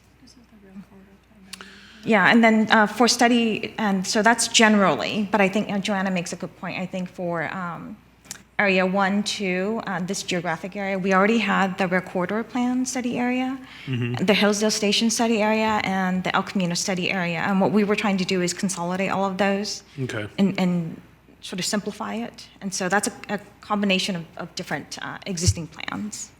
But we also separated out a portion of it into study area 8. But if there's a circle that's a half mile out, then that's considered like a designated zone for transportation already, or? It's generally considered walkable, and not every part of, if you look at where the boundaries are, not every part, is very easily walkable. And so we're not quite there yet into the what to study, but there might be areas within the half-mile radius that doesn't have the connections right now. Well, just thinking with the 20-year time horizon, it just goes back to item 1. And again, on to John's point, should our suggestion actually be 2 blocks on either side of El Camino plus any not already marked area that's in the half mile radius? I don't know. We can add whatever zone. So zone 1 is only the El Camino. I just want to be really clear, because I think especially when we start saying the word zone, it means something really specific here at the Planning Commission. So these are study areas. I mean area. Yeah. So You're right. I think the El Camino Real study area, number 1, is kind of this linear corridor along El Camino, and I'm hearing that the commission would be interested in expanding that to make sure it encompasses the areas 2 blocks to the east and west of El Camino to study, in particular, transitions to adjoining neighborhoods. So that's study area number 1. I think what I'm understanding is that at this point, we're kind of looking a little bit more at study area number 3, and I'm hearing some interest from at least some commissioners in changing the kind of purple or magenta line that currently outlines study area number 3 to expand outwards to the half-mile radius. And just to be really clear, to answer your question, is, at least as far as I'm aware, there's not a specific zone or designation or boundary that is coterminous with that dotted line. That's the circle. That was just a circle that we drew for reference on the map to help people understand like what's close to the station and then what's a little bit farther away from the station. Well, again, jumping in number 3, I think that makes sense to expand that study area to encompass, to be better. Again, it doesn't have to trace the lines, but maybe just expand it to fill. That might be a suggestion I would have. I don't know if the other commissioners agree or not, but just to widen out item 3 to cover more of that circumference around the train station. I agree, because I believe some of the audience members have suggested that we actually expand that to include the Hillsdale Garden. So I think by expanding that will be within the circumference of that area. Okay, so I think we're in agreement on that. Okay. Point of clarification, Area 3 includes both the Hillsdale Station half-mile radius and the Haber Station half-mile radius. So yes. Is the input on both? Yes. Okay, thank you. For me, yeah, definitely. Yeah. Okay. And we skipped over Area 2. That's okay.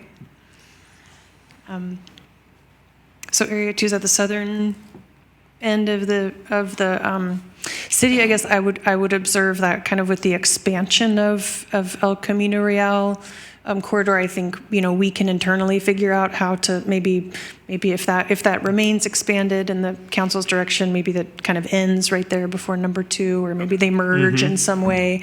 But this is really kind of about the Bel Mateo Shopping Center and the areas on both sides of El Camino in that part of town. I think, or I know, there's already numerous multi-family structures in that area, which I think are shown as part of Area 2. That was the intent. Certainly we can double check and make sure. We'll double check and make sure that the multifamily properties are included. I know the lines, geographic, it's not a perfect shape, but we'll double check and make sure. And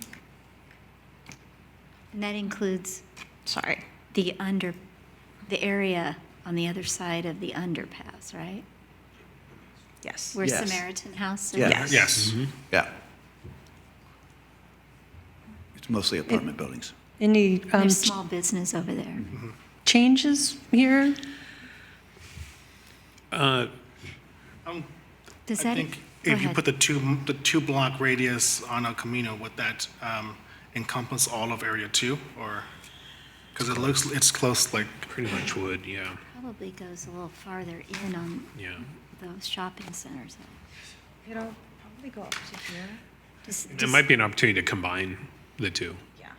So 2 includes have the 1 and 2 Lori combined. Meadows shopping area? So what I heard was number 2 on the west portion of El Camino include the shopping area fully, all the commercial, and then also the multifamily. And so we'll double check to make sure to include both those. And then on the east side of El Camino, what we were hearing is basically the mix of uses, including the areas around where Samaritan House is and the smaller commercial center. Okay. Is that correct? Yes. Okay, thank you. Okay.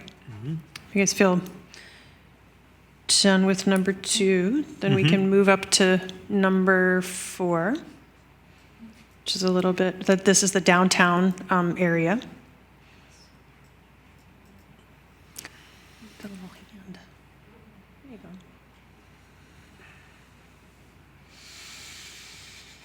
So as I mentioned earlier, there was discussion the downtown specific plan study area included the 3rd Avenue and 4th Avenue corridor, the retail core here, as well as multifamily mixed use uses that are along this stretch all the way out to connecting to the freeway.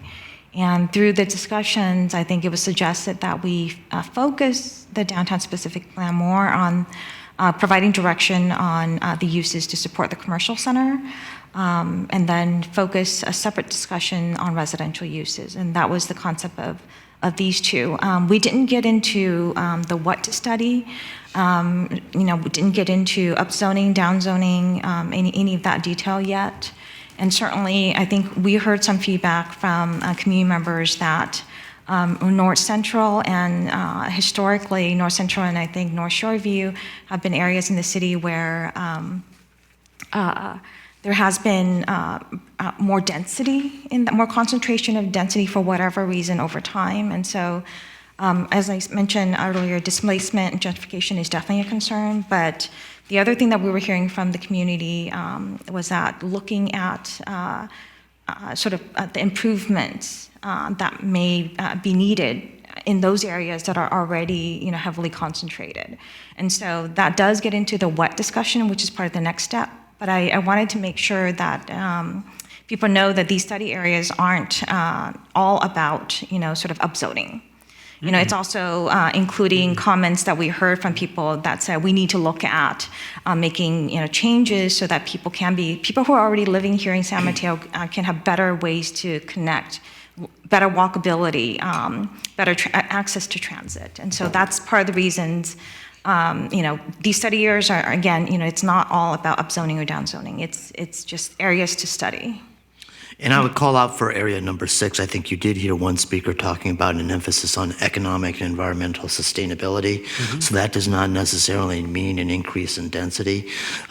Certainly, if you do take a look at the staff report, it says some aspects to be considered includes protecting existing renters and homeowners from displacement due to gentrification, which again, we did hear one speaker speak about with respect to Area 6, as well as investment in infrastructure. So it's up to the commission what you want to do with specific study areas, but I would just say that in terms of identification of these areas, they were done for different purposes. Right. Is that what's informing that item? So I noticed that the study area for number 6 goes through San Mateo High School. Is there a reason why it's not going out further, or why it wouldn't? Is that just a general representation of the area, or was there a specific thinking behind that? It doesn't cutoff? go through San Mateo High School. There's another school that's run by the elementary school district on the south side of Poplar. Got it. So Okay. the larger mass on the top to the north is actually San Mateo High School. Right. One thing I wanted to know, staff did do site visits of all these areas, and there is a vacant school site within area number 6. Again, we heard during the public workshops opportunities through these future conversations to engage the school and talk about potential housing on school sites. So this is part of the reason why these boundaries are drawn the way that they are. It's not to say that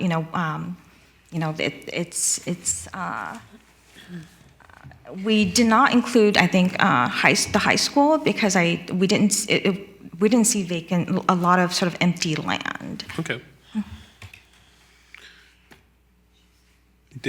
Any comments or suggestions? I would say to on this? expand Area 6 to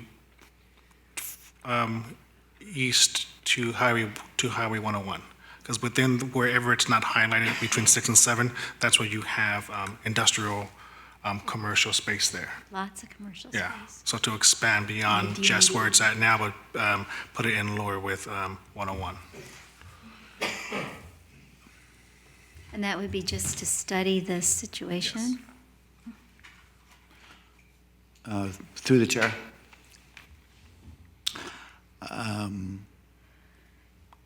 Zone or item 6, whatever we want to call it. has Study been area. Area 6. That's what we want to call it. At least not Area 5. Area 6 has been a concern of mine for a few years.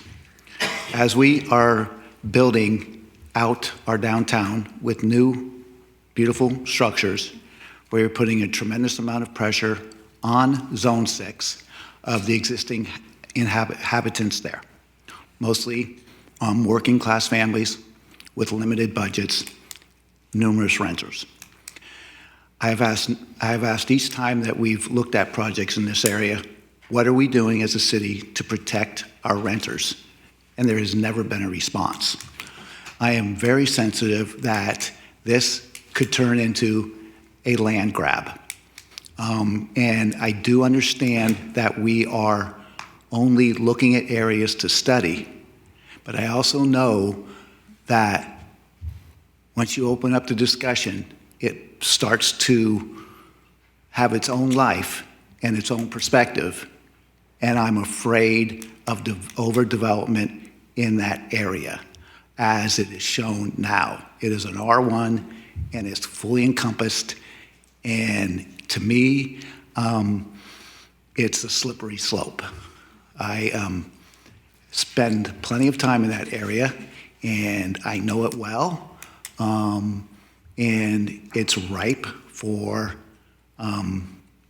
redevelopment, and I think we have to be very cautious. It's another reason why, if we're ignoring the rest of the R1s, then this doesn't make sense to me.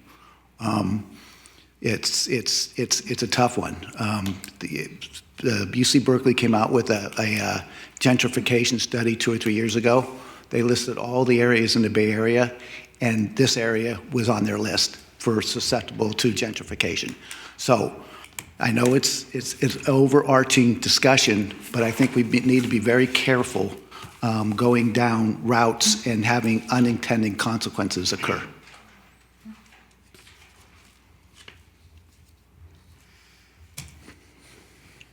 Okay.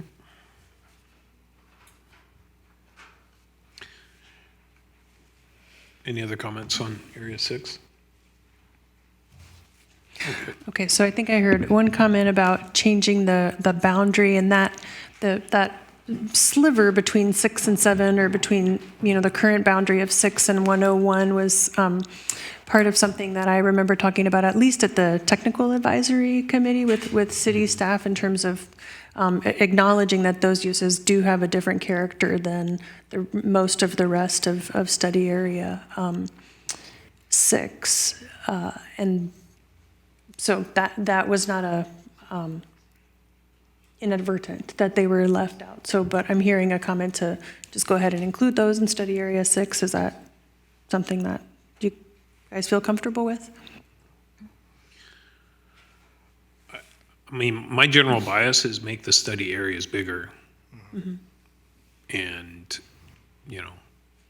we're just studying them, not. Okay. So it's 20-year horizon. And then I think So there's that's 2 out of 4 commissioners. So I'm wondering if it'd be helpful to get a consensus, like for each of the changes. Should there be like a time when the commissioners say if they are in consensus with the proposed change? I think we've heard that on the changes so far, so I'm happy to continue with that. On item 6, who's in agreement with the suggestion to increase it so it's all the way up to 101? Does anybody disagree? All the way up to 101. I think that was the I suggestion, right, agree. Romero? I agree with that. Okay. Do you agree, John? I'll hold my comments on 6 till later. Okay. Again, as a first study area, I support the suggestion, so. Okay.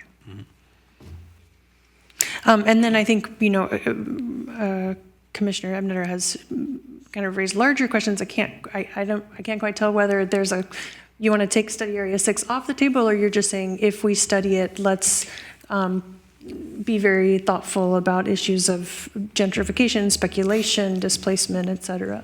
Well, the vision statement, which was a great statement, has some fantastic goals in it. And protecting existing renters is a key component. Inclusivity is a key component. Diversity, prosperity, and resiliency. So if you're actually going to put your vision, our vision and value statements into a working document, then picking areas that are susceptible to gentrification, you've got to follow your vision and values. Otherwise, you lose the whole game. Okay? Why can't we study it? We can, And but say we have to. we don't want it to go that direction, and say that We can. in the study. You're right. Yeah. So as long as we can back up our study with legislation that's going to correct the issues that could occur, that's fine. But to study it and not realize what impacts it may have is frightening to me. I would like to say in the study, let's find out how many renters are in that area. Let's find out how many structures are in that area. Let's find out, let's dig down and really find out what's going on in there. Mm-hmm. And then make a decision, rather than saying, well, gosh, let's circle it, so that means we're going to tear everything down and build huge things, because we may decide not to do that once it's really laid out and detailed. Mm-hmm. But it also goes back to making sure that all neighborhoods are treated the same. So I understand. Yeah. Yeah, absolutely. Every study area. Okay. So I think we did hear from at least 3. Do you want to say any more about the boundary question at this point? That is insignificant to me. If it Okay. goes out to 101, it's fine. Okay, all right. So I think we've heard that it's neutral or supported by all of the commissioners at this point to change that boundary, to go to 101, and to leave study area 6 on the map as a potential area to study with a strong voice from the Planning Commission that these issues that are raised in the approved vision statement need to be very carefully considered in the evaluation. Well, I mean, I agree. I respect what John's saying. I think we need to have that view on every study area. Yes. So, thank you. including some that may be And I think this is an added. area where Yep. it's particularly sensitive, but Yeah. it should be, we should treat Yep. all the areas fairly. Okay, so 7 is just across. Did we cover- Oh, I'm sorry. did we talk about 5? No, we didn't do 4 or 5. We got to 4 and then we kind of wandered over into 6. So I apologize. Let's go back to 4.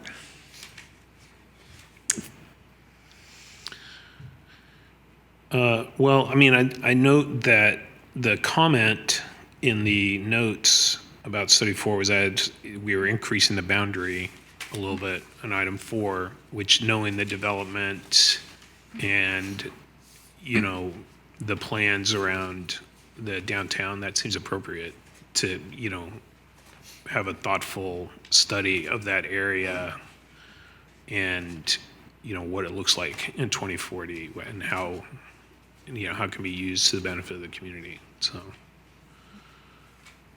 that boundary looked good to me. Did anybody else have? I have a question to the chair. For the downtown area, I know there's been numerous studies throughout the years for downtown-specific plans and what would be feasible or not.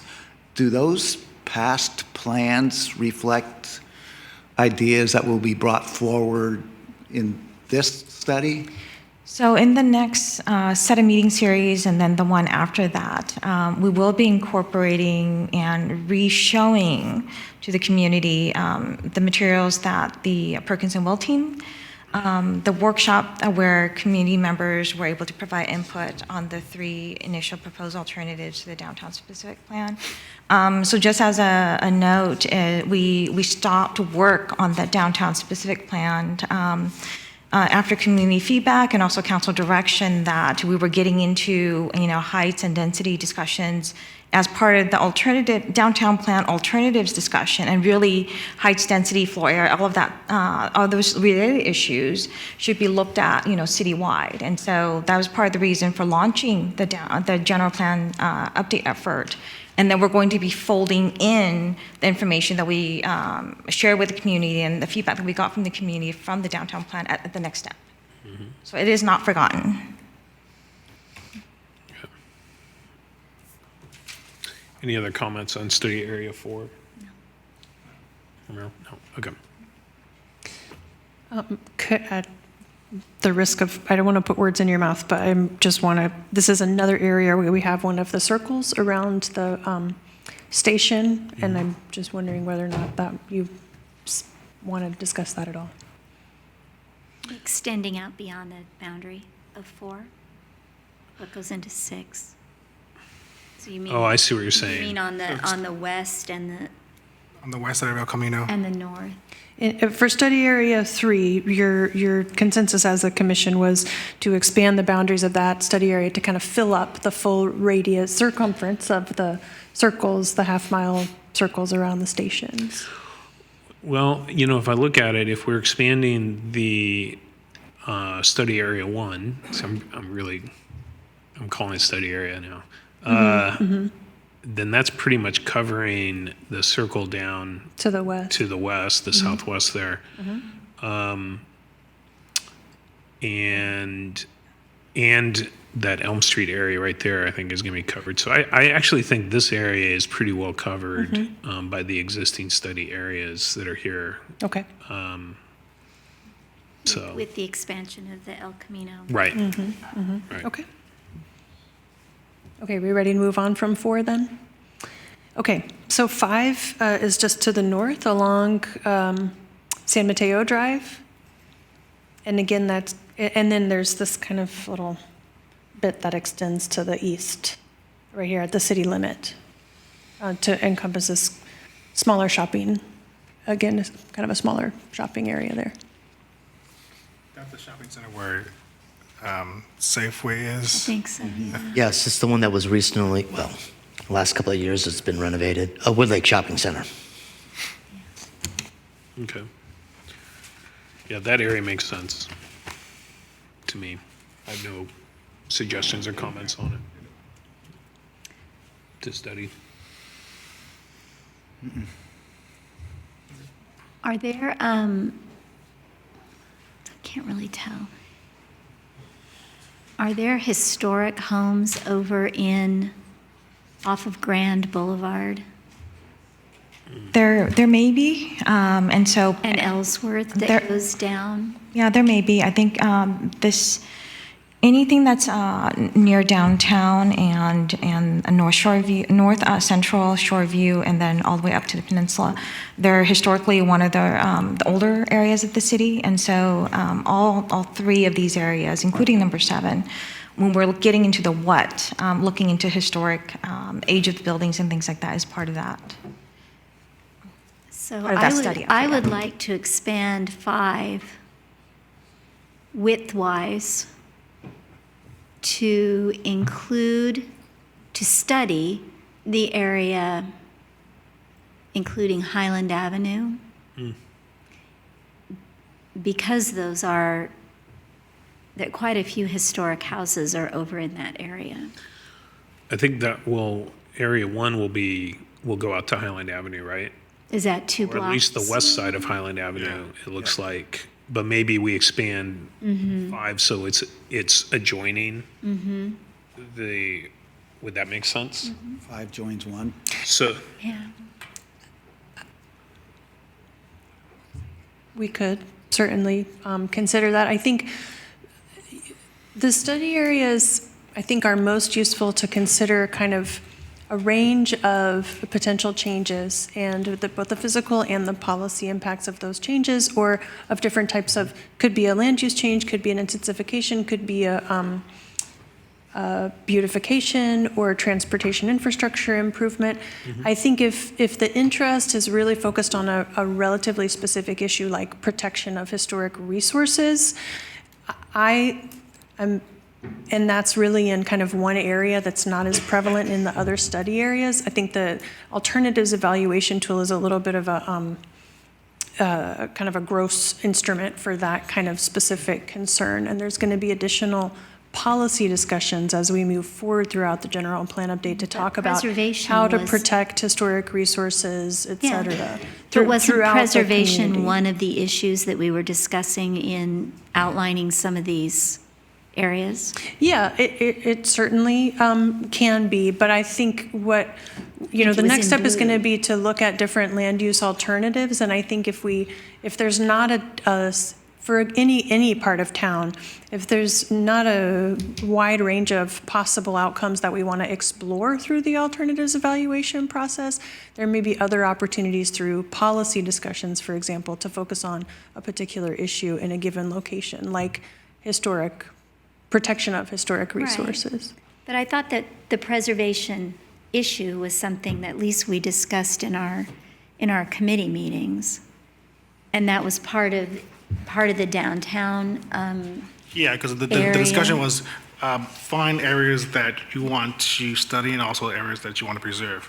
And I figured that the map was a representation of both of those different discussions. Yeah, or absolutely. change or So preserve. if what you're saying is that the area along Highland Avenue as an example is an area that you would want to focus on for preservation, that's what I'm trying to surface here, as opposed to an area where you want to explore different possible land use changes And I don't or even different know infrastructure what- improvements. What would constitute something worthy of presentation until we look at it? Maybe that's something that would be a neighborhood that was being preserved for its historic meaning.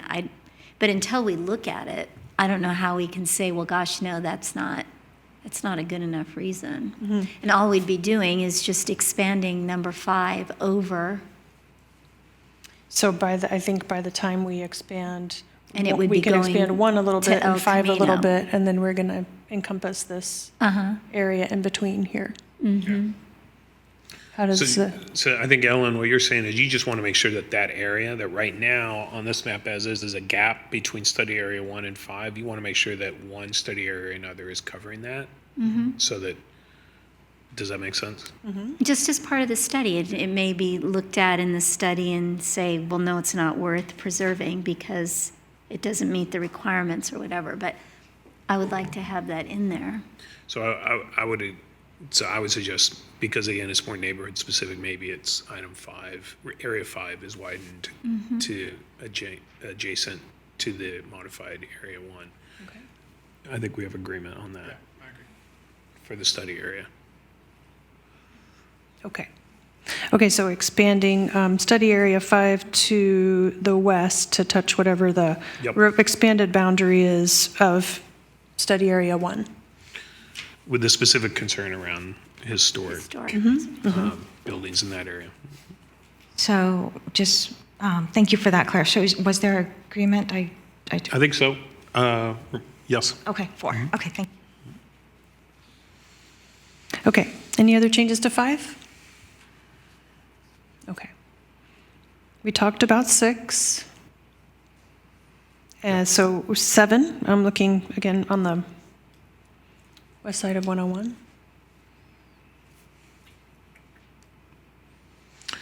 So do you recall from the meetings, like what was the specific call to designate this specific area as a study area, noting that this was clearly a gap in participation? I think there was discussion More- in there our was- meeting. It On our was, meeting, it's more on the idea of that, at that area, there's hotels that's run off of 101. There's also a commercial, it's a commercial land that's off of 3rd Avenue, 4th Avenue. and it was along, all I can think of is North Shoreview, the area Norfolk. that borders Yeah. North Shoreview. There's small businesses along the freeway on the other side of the sound wall. So as part of the GPS discussion, there was a conversation about aging buildings, and in areas of San Mateo where, there were actually 2 circles drawn by the GPS. One near the Shoreview Shopping Center, which is, sorry, let me see if I can get this to show. It's around this area. And then there was another circle that was drawn generally around this area. And we already have a pre-application proposal to redevelop a small, I think it was Fred's Market, is that right? There's a small grocery store, somewhere along Monte Diablo and Kingston. And so what we were seeing is there's already some redevelopment interest in that area. And it's already one, as mentioned by community members, there are areas of the city where in the past there hasn't been good discussion about impacts when there has been redevelopment. And so including these 2 areas provides us the opportunity to really delve into, what happens when there is redevelopment.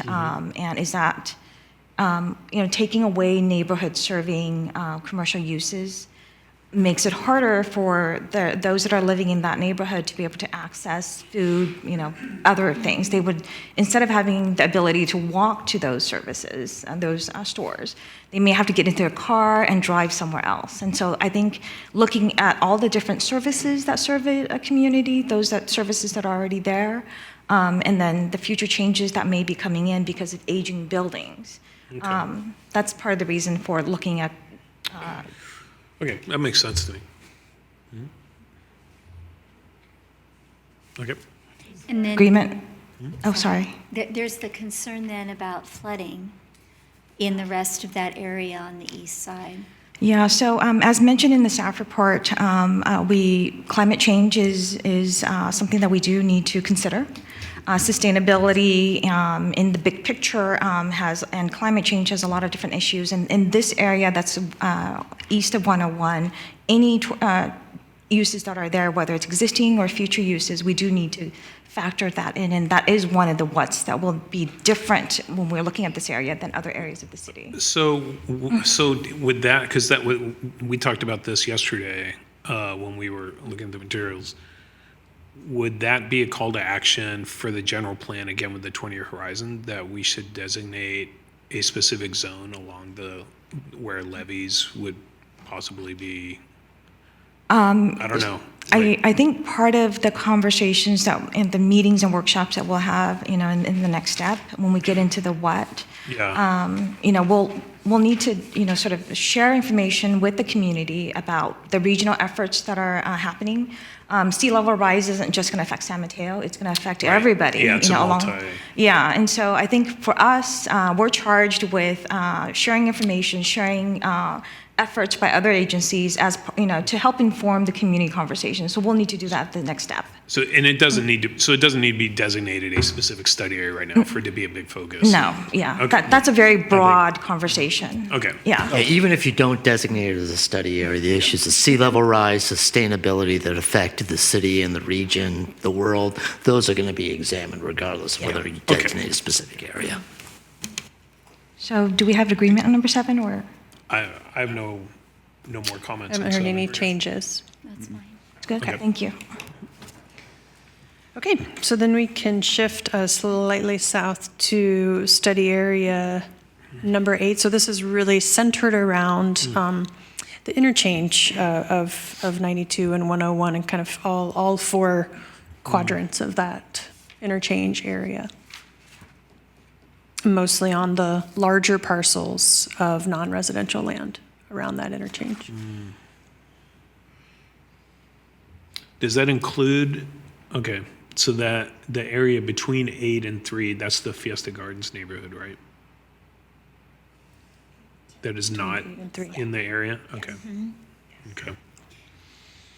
So that's the boundary there, both for the magenta and the light green, is following, I think, the rail corridor plan along that southern boundary. The rail corridor plan. I don't really see what we do with number 8. Am I missing something? No. I mean, is the reason that that's highlighted because it is all business, shopping, and it's available? No, I think the idea was when I think this was brought up at the general plan subcommittee was that the idea of, because on the east side of 92 and 101, it's where the old shopping center where right now I believe there's Office Depot, there's those shopping areas was to look at the older buildings and see, but let's look at that land and see, can we do something? Part of the information that was shared at the workshops were sites that were where property owners or different people have indicated interest in participating, and so those are these areas. This area is already included. It's the Marriott? Is that Marriott. it's Yeah, on that Marriott, side? and then the Oh. Bayshore corporate buildings there. We also included Did this you s- area as well. Did you say that the buildings on the north side of 8, those had reached their useful life? Did we have that conversation? So all the properties that were the property owners or different interest groups had approached the city. The buildings were older. Some of them, not all of them, but some of them had reached, generally commercial buildings, about 50 years or so. Property owners start thinking about the future. And so these buildings, the property owners or those that have expressed interest have indicated they would like to hear from the community, what they would like to see in this area. My only question would be on the northeast side of that, the eastern side of that boundary, does that go far? Like, what's in the area below it?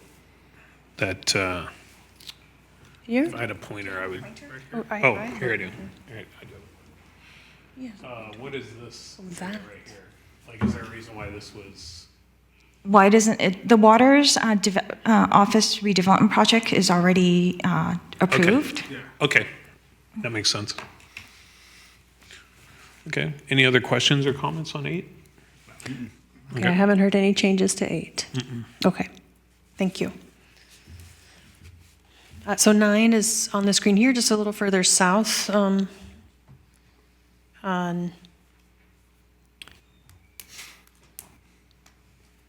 Again, along 101 at the interchange. And so again, this is really focused on kind of the larger non-residential parcels that are oriented around the interchange at this time. Through the chair. So I know somewhere in the staff report, there is mention of a pedestrian bridge that is part of the city's plans. I think that bridge has been discussed now for roughly 8 to 10 years. And I was hoping, since I live in that area, I was hoping that the bridge had been built by now. I am under the impression that the bridge has been put way on the back burner. I hope I'm wrong. But that to me would be a key connectivity item, which is supposed to get people out of cars and off of Hillsdale Boulevard, able to get over to the train station. And if that really is coming back, I think it's a great place to study, but I don't know what else you're going to study there. Just curious where we are. So the study area does include factoring that in. I think PW had spent some time developing concepts for that area. I think you're right. Funding for infrastructure improvement, the fees that are collected isn't keeping in pace with the growth that we're seeing in the area. And so I think, and Kathy might correct me if I'm wrong, but I think it's on the City Council work plan for the city to look at all development impact fees, including the TIF. Yes, there will be a comprehensive study of all the development impact fees that's going to occur this fiscal year. My concern is I think the last budget 5 years ago was $20 million, and now it's probably 30. And the longer we wait, the less possibility of that bridge ever materializing.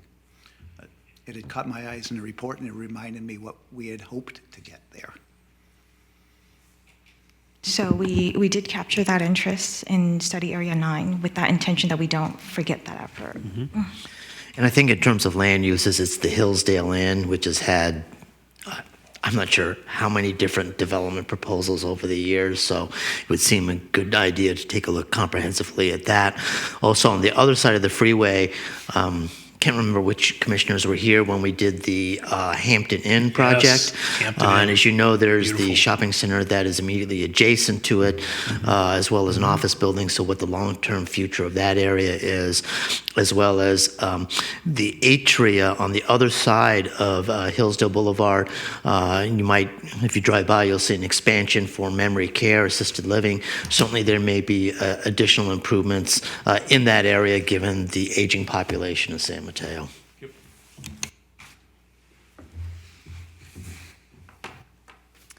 I haven't heard any changes about the boundaries of Study Area 9. Now No, we're talking that a little makes bit more sense, about what's that there. area.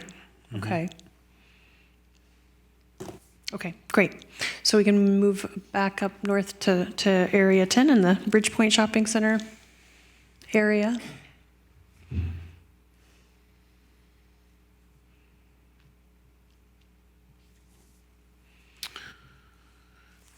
I'm a little worried we're chipping away at all the shopping centers here.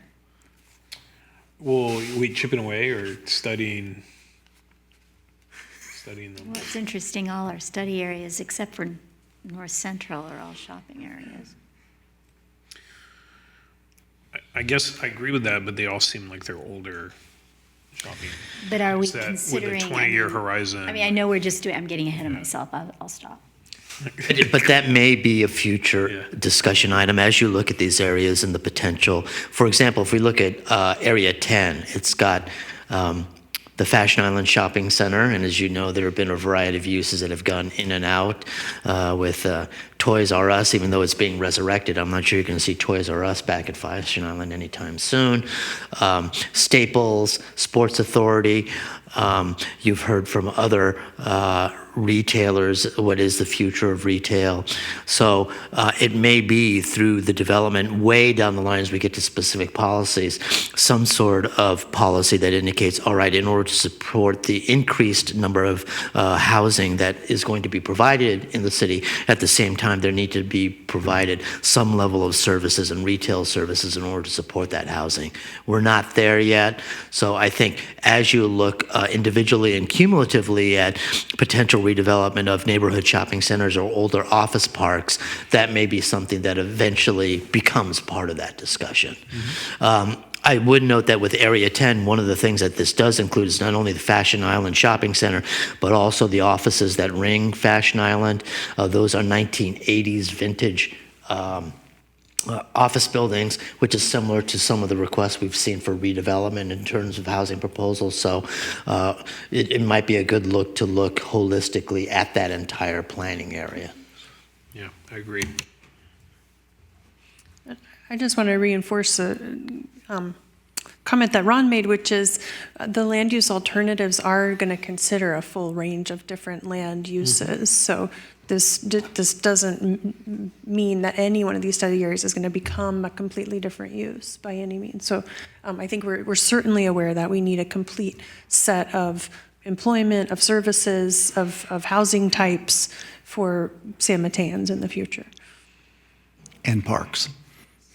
And what? And parks. And, oh, absolutely, parks, infrastructure, for sure. I agree with 10. Yeah.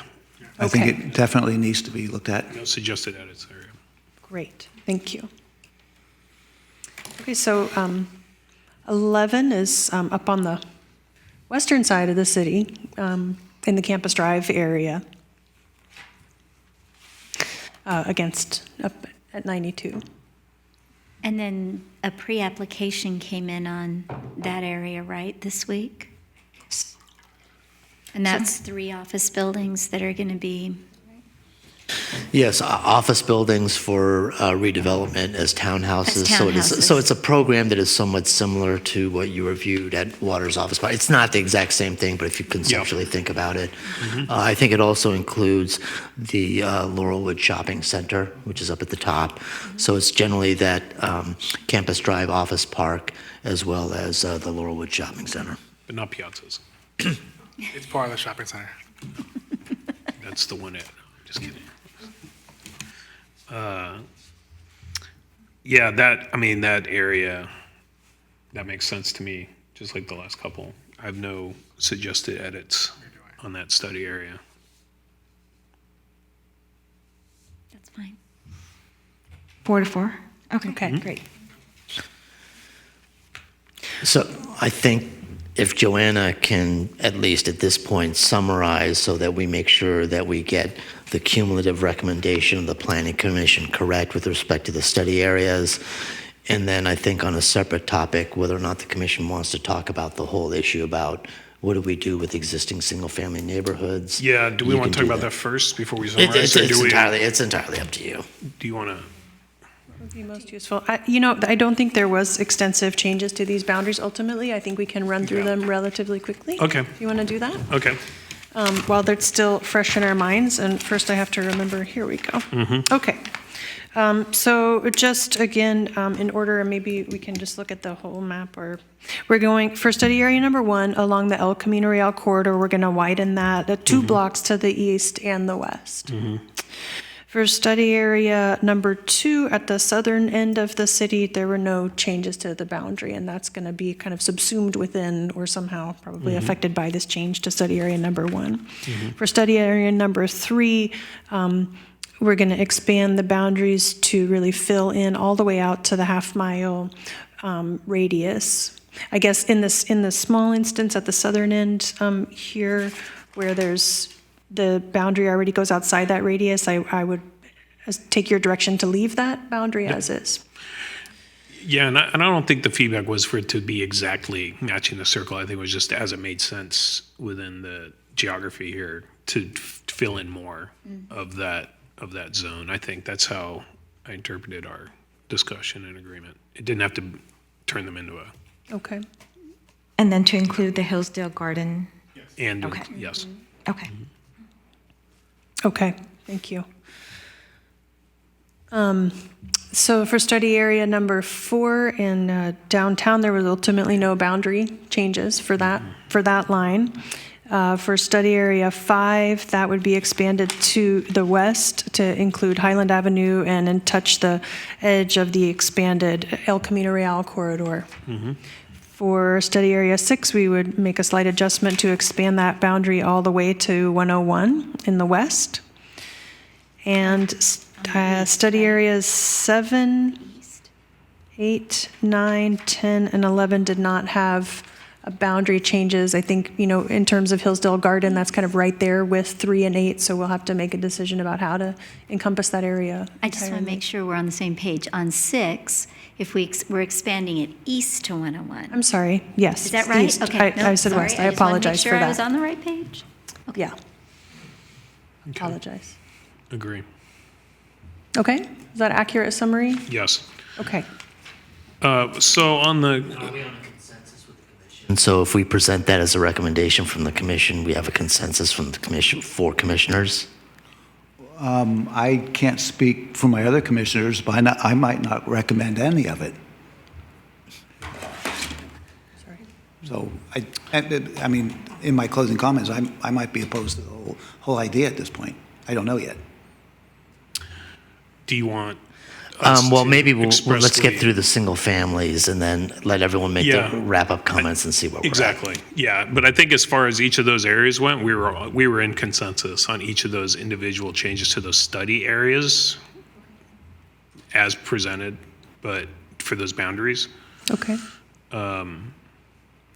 And do you want to start on the single family? So I think we're going to talk now about the single family zoning concept. So I'll start. I'll make a point about that. So there were a couple of comments in the audience that really struck out to me when I looked at this map. The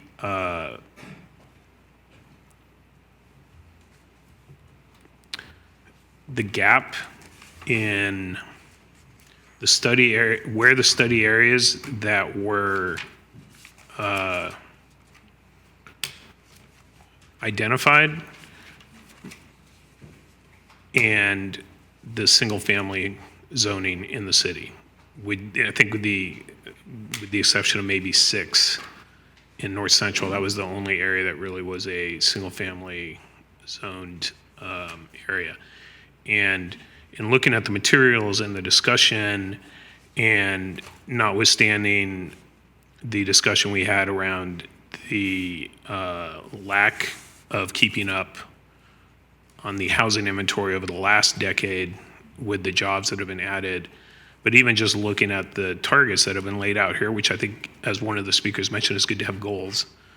So what was put in there was an indication that the city needs 8,000 to 12,000 households added. I think we might all agree that's 12,000. And also with the, for me to conceptualize that, that's 12 Bay Meadow projects. But you're excluding 75% of the city from any kind of area of study around accommodating that. That seems like a big gap to overcome. So my personal view is I really don't support excluding any area of the city that is single-family zoned from consideration as appropriate to accommodate, I think it's called mid-zoning or whatever the proper term is, but thank you. Okay, the public hearing is closed. Yeah, Thank you. It's a point of clarification there. So, so I feel pretty, I don't know how you do that. Now, I don't know how you put that into a study or a plan that is focused on specific areas or topics.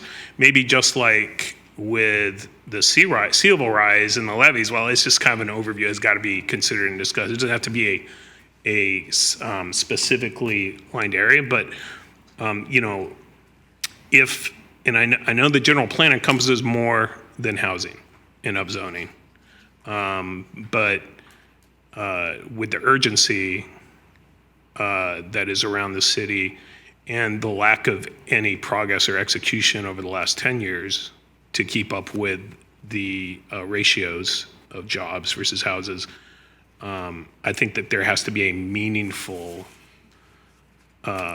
change in how we're looking at the plan and the zones around it to accomplish that gap for the better of the community as a whole. So that would be my points and thoughts to kick off the discussion.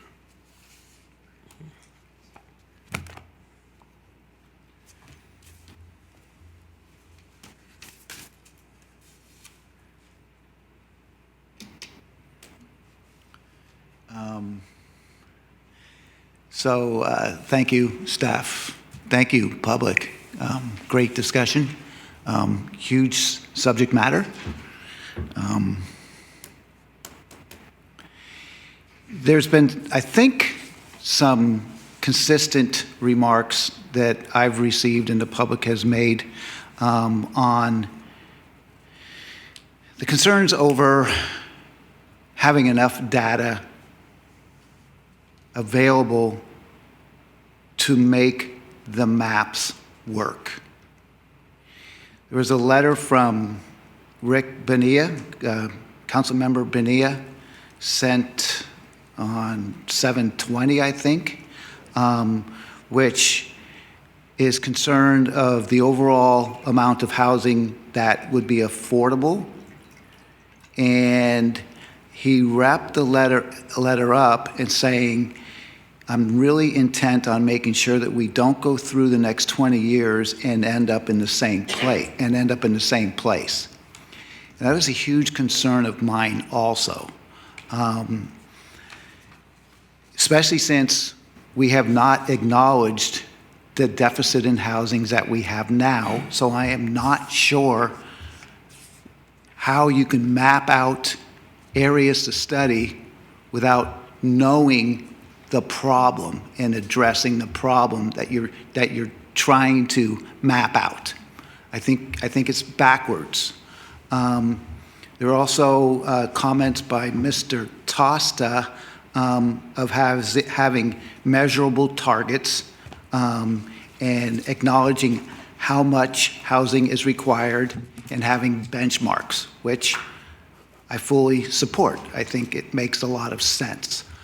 I am also greatly concerned. The first general plan meeting that I attended was 2 or 3 years ago, maybe 2 or 3 years ago. Ron Mutakawa expressed that evening that he had full support of and very excited to get a robust public input and to reach out to particular segments of our community that don't routinely or regularly participate in these types of discussions. I know that a great amount of effort and time has been put into outreach. I know last week at the city council meeting, it was noted numerous times that the general plan had to have robust participation to make it viable. I don't think we are meeting the city council's objective of having a robust and inclusive discussion. And I think somehow that needs to be addressed and acknowledged. I don't think 1/3 of 1% of our population and then 5 planning commissioners say this is what we're going to study. It doesn't make logical sense to me. It does not fulfill what we have set out to do. And I lose confidence in we are in the ability to reach out to who we said we were going to get. So I also have concerns over the demographic mix of what our city is going to be and how we should be thinking of accommodating the largest portion of our community, which is my age and older. And as we've all seen, that's going to increase exponentially. What the financial components of that will be, what it will do to city services, what it will do to our tax revenues, how our city will function. What are we going to do? How are we going to accommodate it? How are we going to pay for it? And I don't believe that that has been part of the discussion, and I think it's a key component, because without financial viability, we won't be able to accomplish any of our goals. So, the reason why I said I might not be suggesting to send this to City Council, I could send this map to the City Council. I could suggest that they study these issues, but I think they need to step back and be given more information. They need to be given more data to make informed decisions on what they see the best steps for San Mateo to survive and thrive through the next 20 years. And I think if we don't do it now, we will lose all focus on what we were trying to accomplish, and we will end up, as Rick Bonilla has said, in the same place we are today. I'm not saying the efforts and the work aren't good, but we're not getting the involvement or the data to make the decisions, to make the recommendations to our city council for them to make the appropriate decisions for us to go forward. Thank you.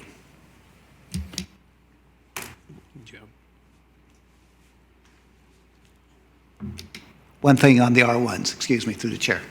You know, I don't like to be one who says we're not doing it right and not come up with some suggestions. I think there's a tremendous amount of great ideas out there on how to continue to work this process. And I don't want people to think that I don't have faith in it being able to be done, but it's extremely difficult, especially now and in this day and age where we not only have to contend with a growing population, but we're also contending with a lot of unknowns, specifically around the environmental component.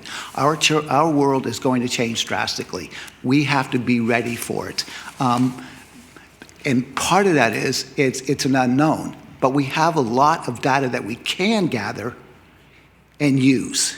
And not to do that, we can say, oh, we don't know what's going to happen with climate change, because we don't. And we have to make some projections. But we do have some real good solid information, historical, that we can use demographically, financially, and land use-wise to put us in the right track. And you know what? We might think we have it all perfect, and it could still have tremendous amount of upheaval. But to go through this without really using all the data that is available to us, to me, does not make sense. The council is constantly saying they want data to make decisions, and I don't think we are giving them the data to make the appropriate decisions. Thank you. Through the chair, if I could just briefly, absolutely hearing the need for data to support decision making, and I just want to highlight something that was noted in your staff report about how we see data playing into this process moving forward, which is, I think, going to really become evident in the evaluation phase when we look at these different future scenarios after we've gotten some community input on the different futures that the community and the decision makers are interested in exploring. The alternatives evaluation is going to, I'm just reading here from the approved scope, that we already know that we need to cover in terms of not only community character, but also traffic and multimodal circulation, impacts on utilities, impacts on community services, environmental sustainability, public health, city fiscal sustainability, meaning the impacts on city services and how the city funds itself and its costs and revenues, the market viability of the different scenarios that are formulated, the potential of the scenarios to generate or to contribute to community benefits is part of the analysis, the development feasibility of the alternatives. So all of that data is going to be available to the community, to yourselves, to the council, as we move forward through the process and before any decisions are made. Okay. Can I ask a question before Ramiro and Ellen add their comments. We're not taking a formal vote on the recommendation of City Council, right? You're taking our feedback from this comment and dialogue, right? And then changing your presentation, or are we actually taking a vote on a recommendation to the council? What we'd want to do is make sure that to the degree there's a consensus, so if there's a consensus, yes, these are the appropriate study boundaries, then we'll present that. Here are the adjustments that the commission recommended. Yeah. So here's where we started, here's what the recommendation changes were as recommended by the Planning Commission. Then the City Council can go through a similar exercise. If you're of the mind, you know what, I'm not going to make any recommendations because I think we should have more data, then we'll present that recommendation to the City Council as well. Okay. Okay, well then let's continue with the comments, but then we'll have that discussion about are we as a group making a recommendation or not. So let's continue on. So I want to concur on some of the other comments some other commissioners have said. From the beginning, I've always said that if we're going to make a conscious decision on trying to shape the future of San Mateo and looking at 2040, we must have as much of the individuals who are the population of San Mateo being represented. And from the beginning, I've seen the numbers for very small. I believe on the report it says that we had 75 participants in both the community groups. I'm like, were those unduplicate numbers? Were those duplicate numbers? I'm like, and I see the staff and all the work all the hard work that they're doing on advertising, on trying to get individuals. But we have to take a step back and see if people are not coming to us to these meetings, then we have to go to them. And we have to figure out ways. We have to create partnerships with other entities to bring people to the table. It's hard to sit here and make a decision for 120,000 residents from the feedback of only 100, 200 people. And I would also like, even when we ask these individuals who come to our workshops, who do all these summer, can we ask the question, are you a renter or are you a homeowner? Because that will help us delineate who are the comments coming from. Because the city of San Mateo is 55% renters. So if all the comments, all the suggestions are from majority of homeowners, then that area population is not being represented in any scope of what we're looking at, or in any of these 12 maps, or these 12 areas that we have. So all the areas that we've talked about have all been transit-oriented areas off of El Camino, areas off of Caltrain, areas off of 101. There's large pockets of residential places in San Mateo that have not been looked at or have not been circled. And that was evident in the map that you showed of all the purple. All the purple was generally just the El Camino corridor and all the surrounding areas, or the areas around 101. So there were no areas that individuals that have come to community workshops that wanted to take a look at any of the residential units or any of the residential areas. It was always just the main corridors, the main business connections, the main areas of commute. So I think when we look at the next steps, we also have to look at the next steps on how can we expand on the work that we have done on outreaching and bringing individuals and to bring new individuals. And to be able to ask those questions of, you know what, you work here, you live here, those are the questions we ask, demographic questions on the online survey, but we never ask those questions on the actual community outreach. On any of the 2 community groups, those questions were never asked. So why did we ask a pocket of individuals online, their demographics, but not the individuals who came to the community workshops? We have to get as much data from everyone that comes. Don't separate it from online individuals and in-person individuals. If we're trying to create a consensus of residents of the city, then we have to get as much information as possible. So when we look at the next steps, when we look at the areas of focus, and we evaluate all the alternatives of each study session, that we get as much input from as many individuals. And if that means expanding the community workshops to not just one weekend, but to multiple weekends and multiple timeframes, I would support that. But we have to get as much of the the residents involved as possible. Those are my comments.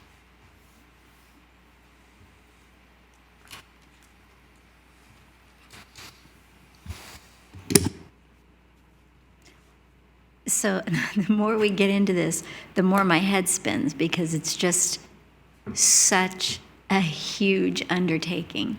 But Joanna, you just commented that the whole general plan process is about all sorts of stuff. And even just tonight, I hadn't even focused on traffic, on power, on any, all that kind of thing that is going to be super important.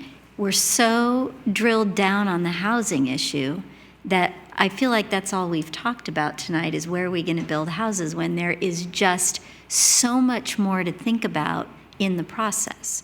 So I feel like I ignored a lot of very important aspects of this in tonight's discussion.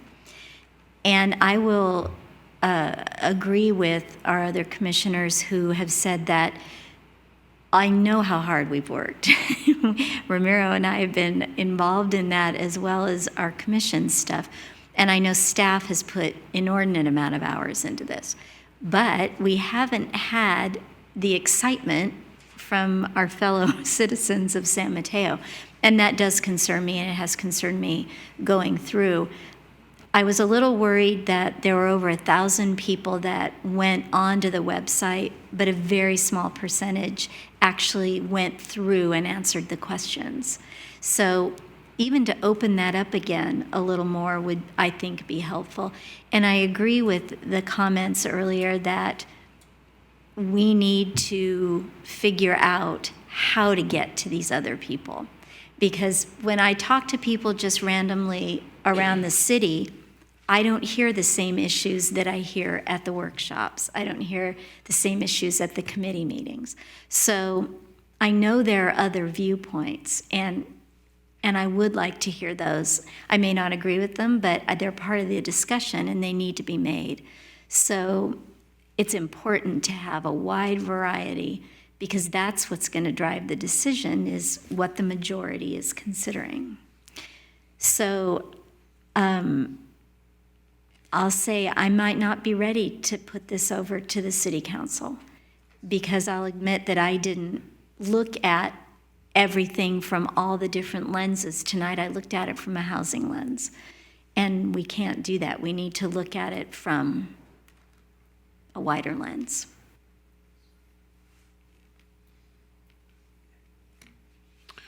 Can I ask my fellow commissioners on the specific topic around single-family zoning and the fact that the study areas that were presented to us were very focused on, excluded most 99% of the single-family neighborhoods in the city from any study around, changing land use. Are you in agreement with that, or do you have thoughts on that as part of this discussion or recommendation to the city council? Well, the small sample that participated felt very strongly they did not want to include the single-family neighborhoods in that discussion. Mm-hmm. But that's a very small sample. Mm-hmm. Mm-hmm.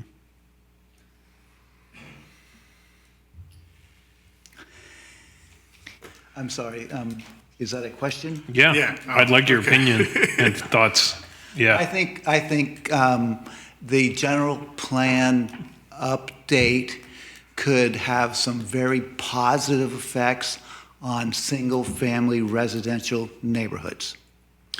And I think that, as has been occurring for the last decade, that we are experiencing a lot of elderly folks who are living in single-family dwellings and who are captured in their residences. We know it for a fact that they are losing their mobility, they are not getting the services that they need, and they are alone. So I don't think you look at the R1s and modifications as if it's a threat to R1s. You look at ways to accommodate the people who are living there now and how they can stay there now. And that's up to city planners and different professionals to reach out and figure it out. Have we gone to the elderly in R1s and said, hey, what would make your life better? Would you like an ADU? Would you like some townhouses near you? Would you like some services near you? What do you want? How are you going to get there? I don't think it's ruining neighborhoods. I think it would be enhancing them. But how do you make that happen? How do you even find out if it's feasible? I might think that when you do a general plan update, you update the whole city. It doesn't mean you tear the whole city down, doesn't mean you make drastic changes. But, you know, we've been asked to look at specific areas to address. And how do you have an overreaching agenda? And I really think there are many ways to help the complete city. But it's a difficult discussion and it's very time consuming. Yeah. But there's ways to help. There's ways to make everyone's life a little easier. It's just a matter of time and money. How do you do it? Yeah, and I agree. I'm like, if the goal is to figure out how we're going to make the general plan encompass all of San Mateo, then we have to include all of San Mateo. Do we scrap all 12 areas and just say it's only one area and that's within the city limits? I think that would be a little bit difficult study to. Right. So understand that if we do change R1s in one area, like it does affect all R1s in the whole city. Can I jump in for one Yes. more second also? Diane Whitaker's comment this evening that this is housing is one of 8 components. Yeah. You know, so everything will be addressed in some manner. The infrastructure, sea level rise, transportation, power, the whole city will be affected in one way or another, good or bad. I think we're all looking at these maps and we're concerned that those are going to be the zones that are going to be more affected than others, either positively or negatively. And I have heard from the public that they want to make sure that everybody gains and sacrifices, if you will be, on the same level. Yeah. How do you work that into the equation? Did you have thoughts on the zoning? Well, the way it works now, when someone wants to do something to their home, doesn't a notice go out in a certain area surrounding it? I assume that same situation would continue. So it would not just be one person saying, I want to put a duplex on my house lot. It would affect everyone in that vicinity. And so that's what concerns me, is that then you're going to have those who want to sell their homes, a developer buys it, develops it into a triplex, and then that's done, and that has affected the neighborhood surrounding it, and everyone else is affected by that move. So I just say that we're not at that level in terms of the process itself. Yeah, I think the 'cause question it's is, something to do you think want us about. to look at it? You can decide, well, we'll look at it, and I support it if this, this, and this occurs. And if it doesn't, I'm not willing to support it.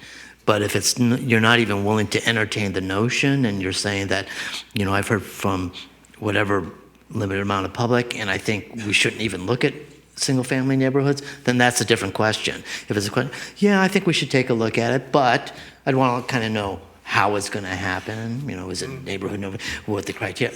Then we will develop that. But if you're just saying, we don't even want to look at it, well, No, I think we should look at it, but Okay. I think there has to be some serious parameters set in place. and that would be part in of the the discussion. process. It's just, do we even want to look at that? Because that is something that is a newer concept, at Well, I least for the think it city would of be San Mateo. foolish not to look at it. I do. So, okay. So I have a couple couple comments to wrap up. Because I think we're at a place where we have some agreement. This is an incredibly diverse city, so laying out a general plan. By the way, I was the only standing commissioner who did not put their name in to be considered for the general plan subcommittee, because I knew how much time and how challenging it was going to be, and with my work commitments, et cetera, I need to be focused on this commission. But it is an art, not a science. I think not through lack of effort, because there's been incredible, well thought out and effort put into getting a diverse set of views to inform where we're at in this early stage of the general plan. But it is definitely not reflective of the fully diverse city. And I think that there's continue going to be effort as we get into the what and the next stages of the general plan to work on that. I think we've talked about that. I think that the conversation tonight has been very centered on housing, because I think housing is at top of mind for a lot of people. Certainly that is the lens when I look at the general plan. I'll admit, when I'm looking at it with the housing lens, noting that there are a lot of study areas in here that we've been talking about, that it's not about zoning or housing. It's about other areas or changes that are happening over the next 20 years. I think we put a lot of good discussion and thought into the specific thinking behind these study areas and how they're laid out, and we made some edits that I think we all have consensus on those study areas as an area of focus. So I feel good about recommending that to the city council personally. And I'll ask each commissioner to weigh in as well. I guess we're not going to do like a formal motion or anything, but like each person just weigh in on that specifically. The study area, what are other areas of focus? I think we talked about it. Obviously, the sea level rise, which has already been discussed by Julia. And I absolutely believe you have got to look at the zoning throughout the single family. And I don't know what the approach is, what the answer is. I'm sure that there are other cities that are tackling with it as well. But my personal viewpoint is I don't know how you get to 12,000 new households in 20 years without taking a more significant leap in looking at alternatives or changes of how the city is zoned. So I think that's how I would kind of present the recommendation from my viewpoint, and then I would ask each commissioner if they agree or disagree on those specific items, so that you have something that you can compartmentalize for the council. Maybe I'm looking at it a little differently than the consultants and staff are, but I really think that without knowing the what, we don't get to pick the where. And we haven't been able, as far as I can tell by looking at the numbers, we haven't been able to come to the conclusion on what the needs are. So I don't know how you fix it if you don't know what they are. We know we're short on housing. We know we're short on open space. But how much? How much and what type is my concern. And the study areas, to me, with the overriding factor that you again get to look at the whole city, makes sense. They're in the areas that they should be.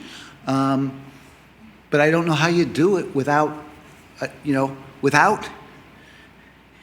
getting a consensus on how many housing units you want to build into your general plan.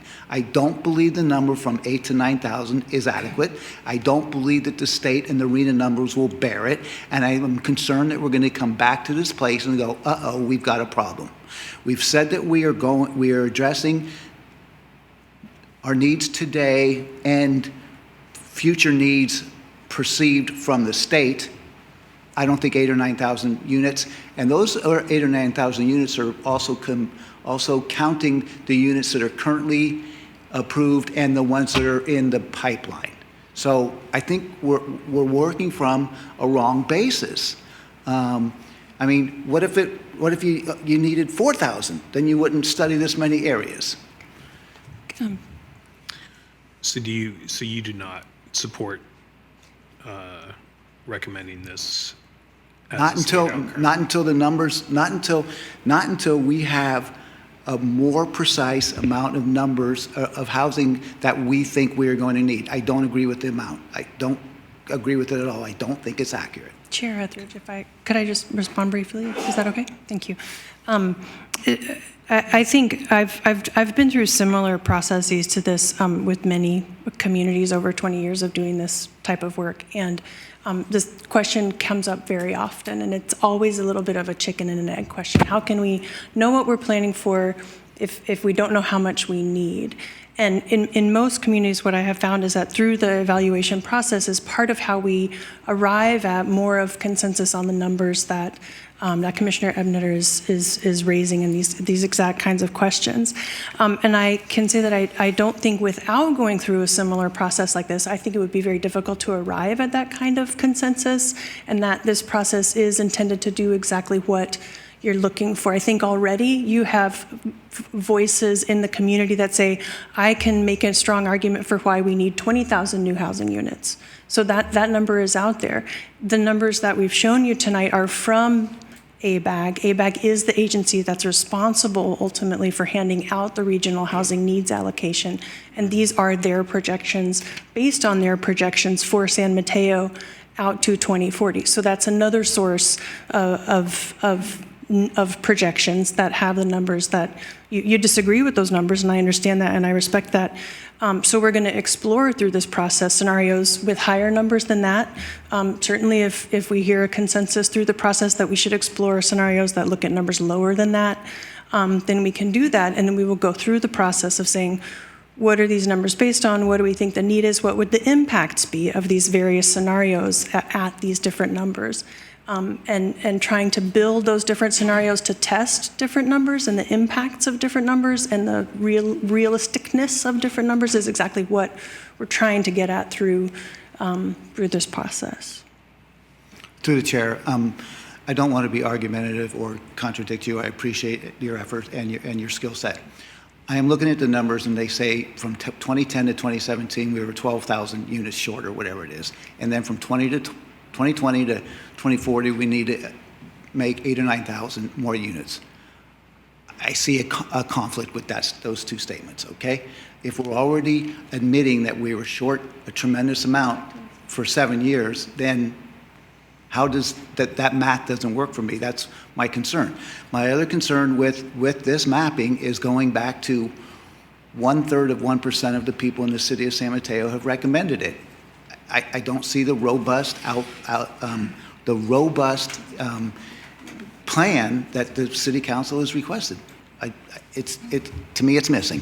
Okay. Thank you. All right. Merrill? So the conversation is that, do we recommend the map as being presented with our comments, with our all the discussions we had? I would say yes. The housing, because it's not just housing, because all these other different factors will come into play after those areas are studied. Because it's not just housing. If we increase housing, we have to increase 14,000 units, then that impacts traffic. That impacts utilities. So it's just not, housing is just one aspect of looking at to 2040, because other areas will be affected as well. So are these areas a small representation of our city? Yes. But these are the small steps that we might have to take to be able to have a greater conversation. Once we have those areas already focused, then we can go into the granular and say, okay, how do we get housing? How does that affect traffic? How does that affect public works? How does that affect open parks, open spaces? So I would recommend that we take these recommendations to the city council, understanding that the other aspect would be to send it back to the general plan for additional community input without having the understanding of how much more community input we're going to have at that point. Okay.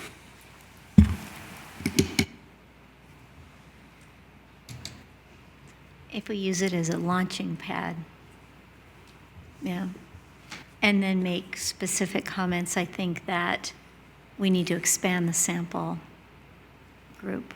Mm-hmm. Yeah, I think we're all in agreement. We'd like to see, as the general plan is proceeding, got to continue to work to get the representation of the city heard, especially now we're going into the what. and the different scenarios for each. Definitely in agreement on that.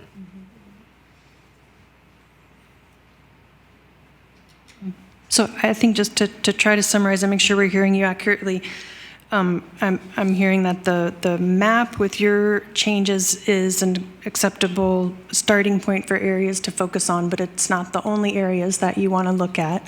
I think I have heard from all four of you that you would be interested in looking at changes to single-family zoning to accommodate more housing in single-family areas.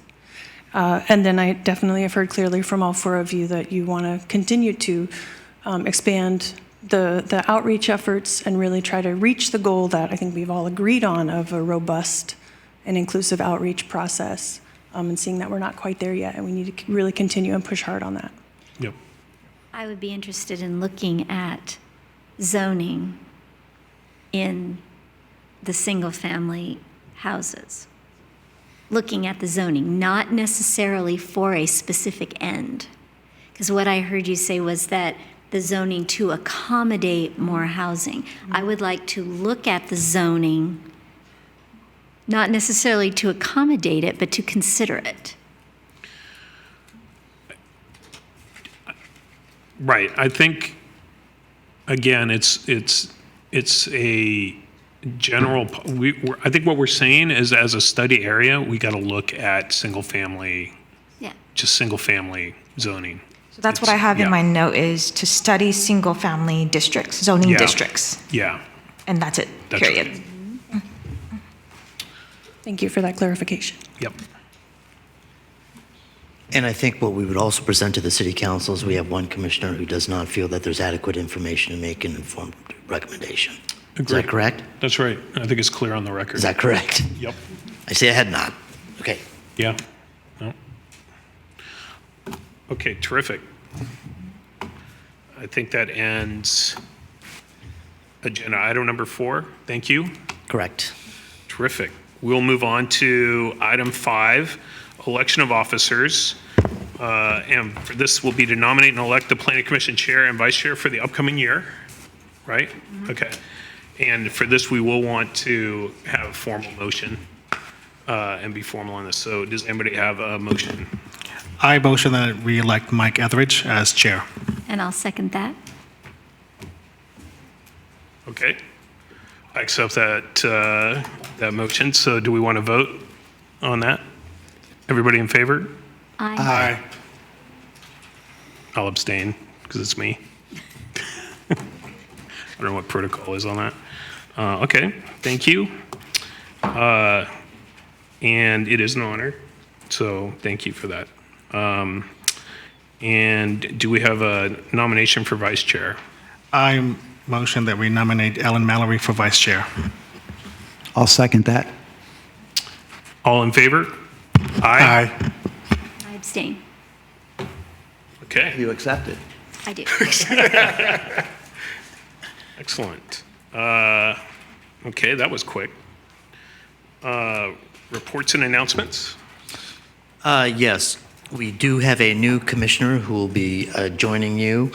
Was appointed by the council at the last meeting. However, they are out of town, so they'll be joining us. We'll be doing a similar orientation with the new commissioner. Does bring architectural skills, obviously a resident of San Mateo, but also is a practicing architect with a firm in the South Bay. I think we've got 3 relatively new commissioners, so I know I had one-on-ones with all 3 of you. If there are things that you've thought, gee, I wish somebody would have told me that, or if you think, I know we spent 10 minutes talking about this, I really don't see what that has to do with anything. I would appreciate that, just knowing, so as we bring a new commissioner on board, it's, given the real world experience you have, it's as meaningful for the new commissioner as possible. So as thoughts come up, you just phone me, email me, whatever. And talking about our next upcoming meetings, which will be joined by the 5th commissioner, for the first meeting in August 13th, we will have a study session on the Monte Diablo Kingston Townhouse Project, 34 townhouses at the corner of Kingston and Monte Diablo. There's a series of commercial uses, and Cirrus Regis is the developer for that project. So again, it'll be a study session, no action, formal action required by the commission. It'll be just getting your preliminary comments. Following that, on the Planning Commission, your second meeting in August 27th, we'll have another study session on the underground storage tanks at Bay Meadows, or excuse me, not at Bay Meadows, at the Event Center. There were quite a few comments that were made about the method of construction at the last meeting. So there's been a refinement of the construction techniques that will actually be used. There was a neighborhood meeting, an open house that was held to describe the construction practices. So this is to basically allow the public another opportunity to speak, as well as bring the commission up to speed with what discussions have taken place since your last study session. And then looking forward even to your first Planning Commission meeting in September, we would anticipate having a study session on another Cirrus Regis project that you might be familiar with, and that is the redevelopment of the Hayward Park train station, the surface lot with a 189-unit project at that location. There may be other things that we may be adding in, but preliminarily, that's what your next 3 meetings are looking like. Because of the summer, there's only one council meeting in July, one in August. So upcoming on August 19th, as you're well aware, they'll be undertaking the identification of study areas for the general plan. There might be a number of other items that will be added. And that concludes the staff announcements. Excellent. Did any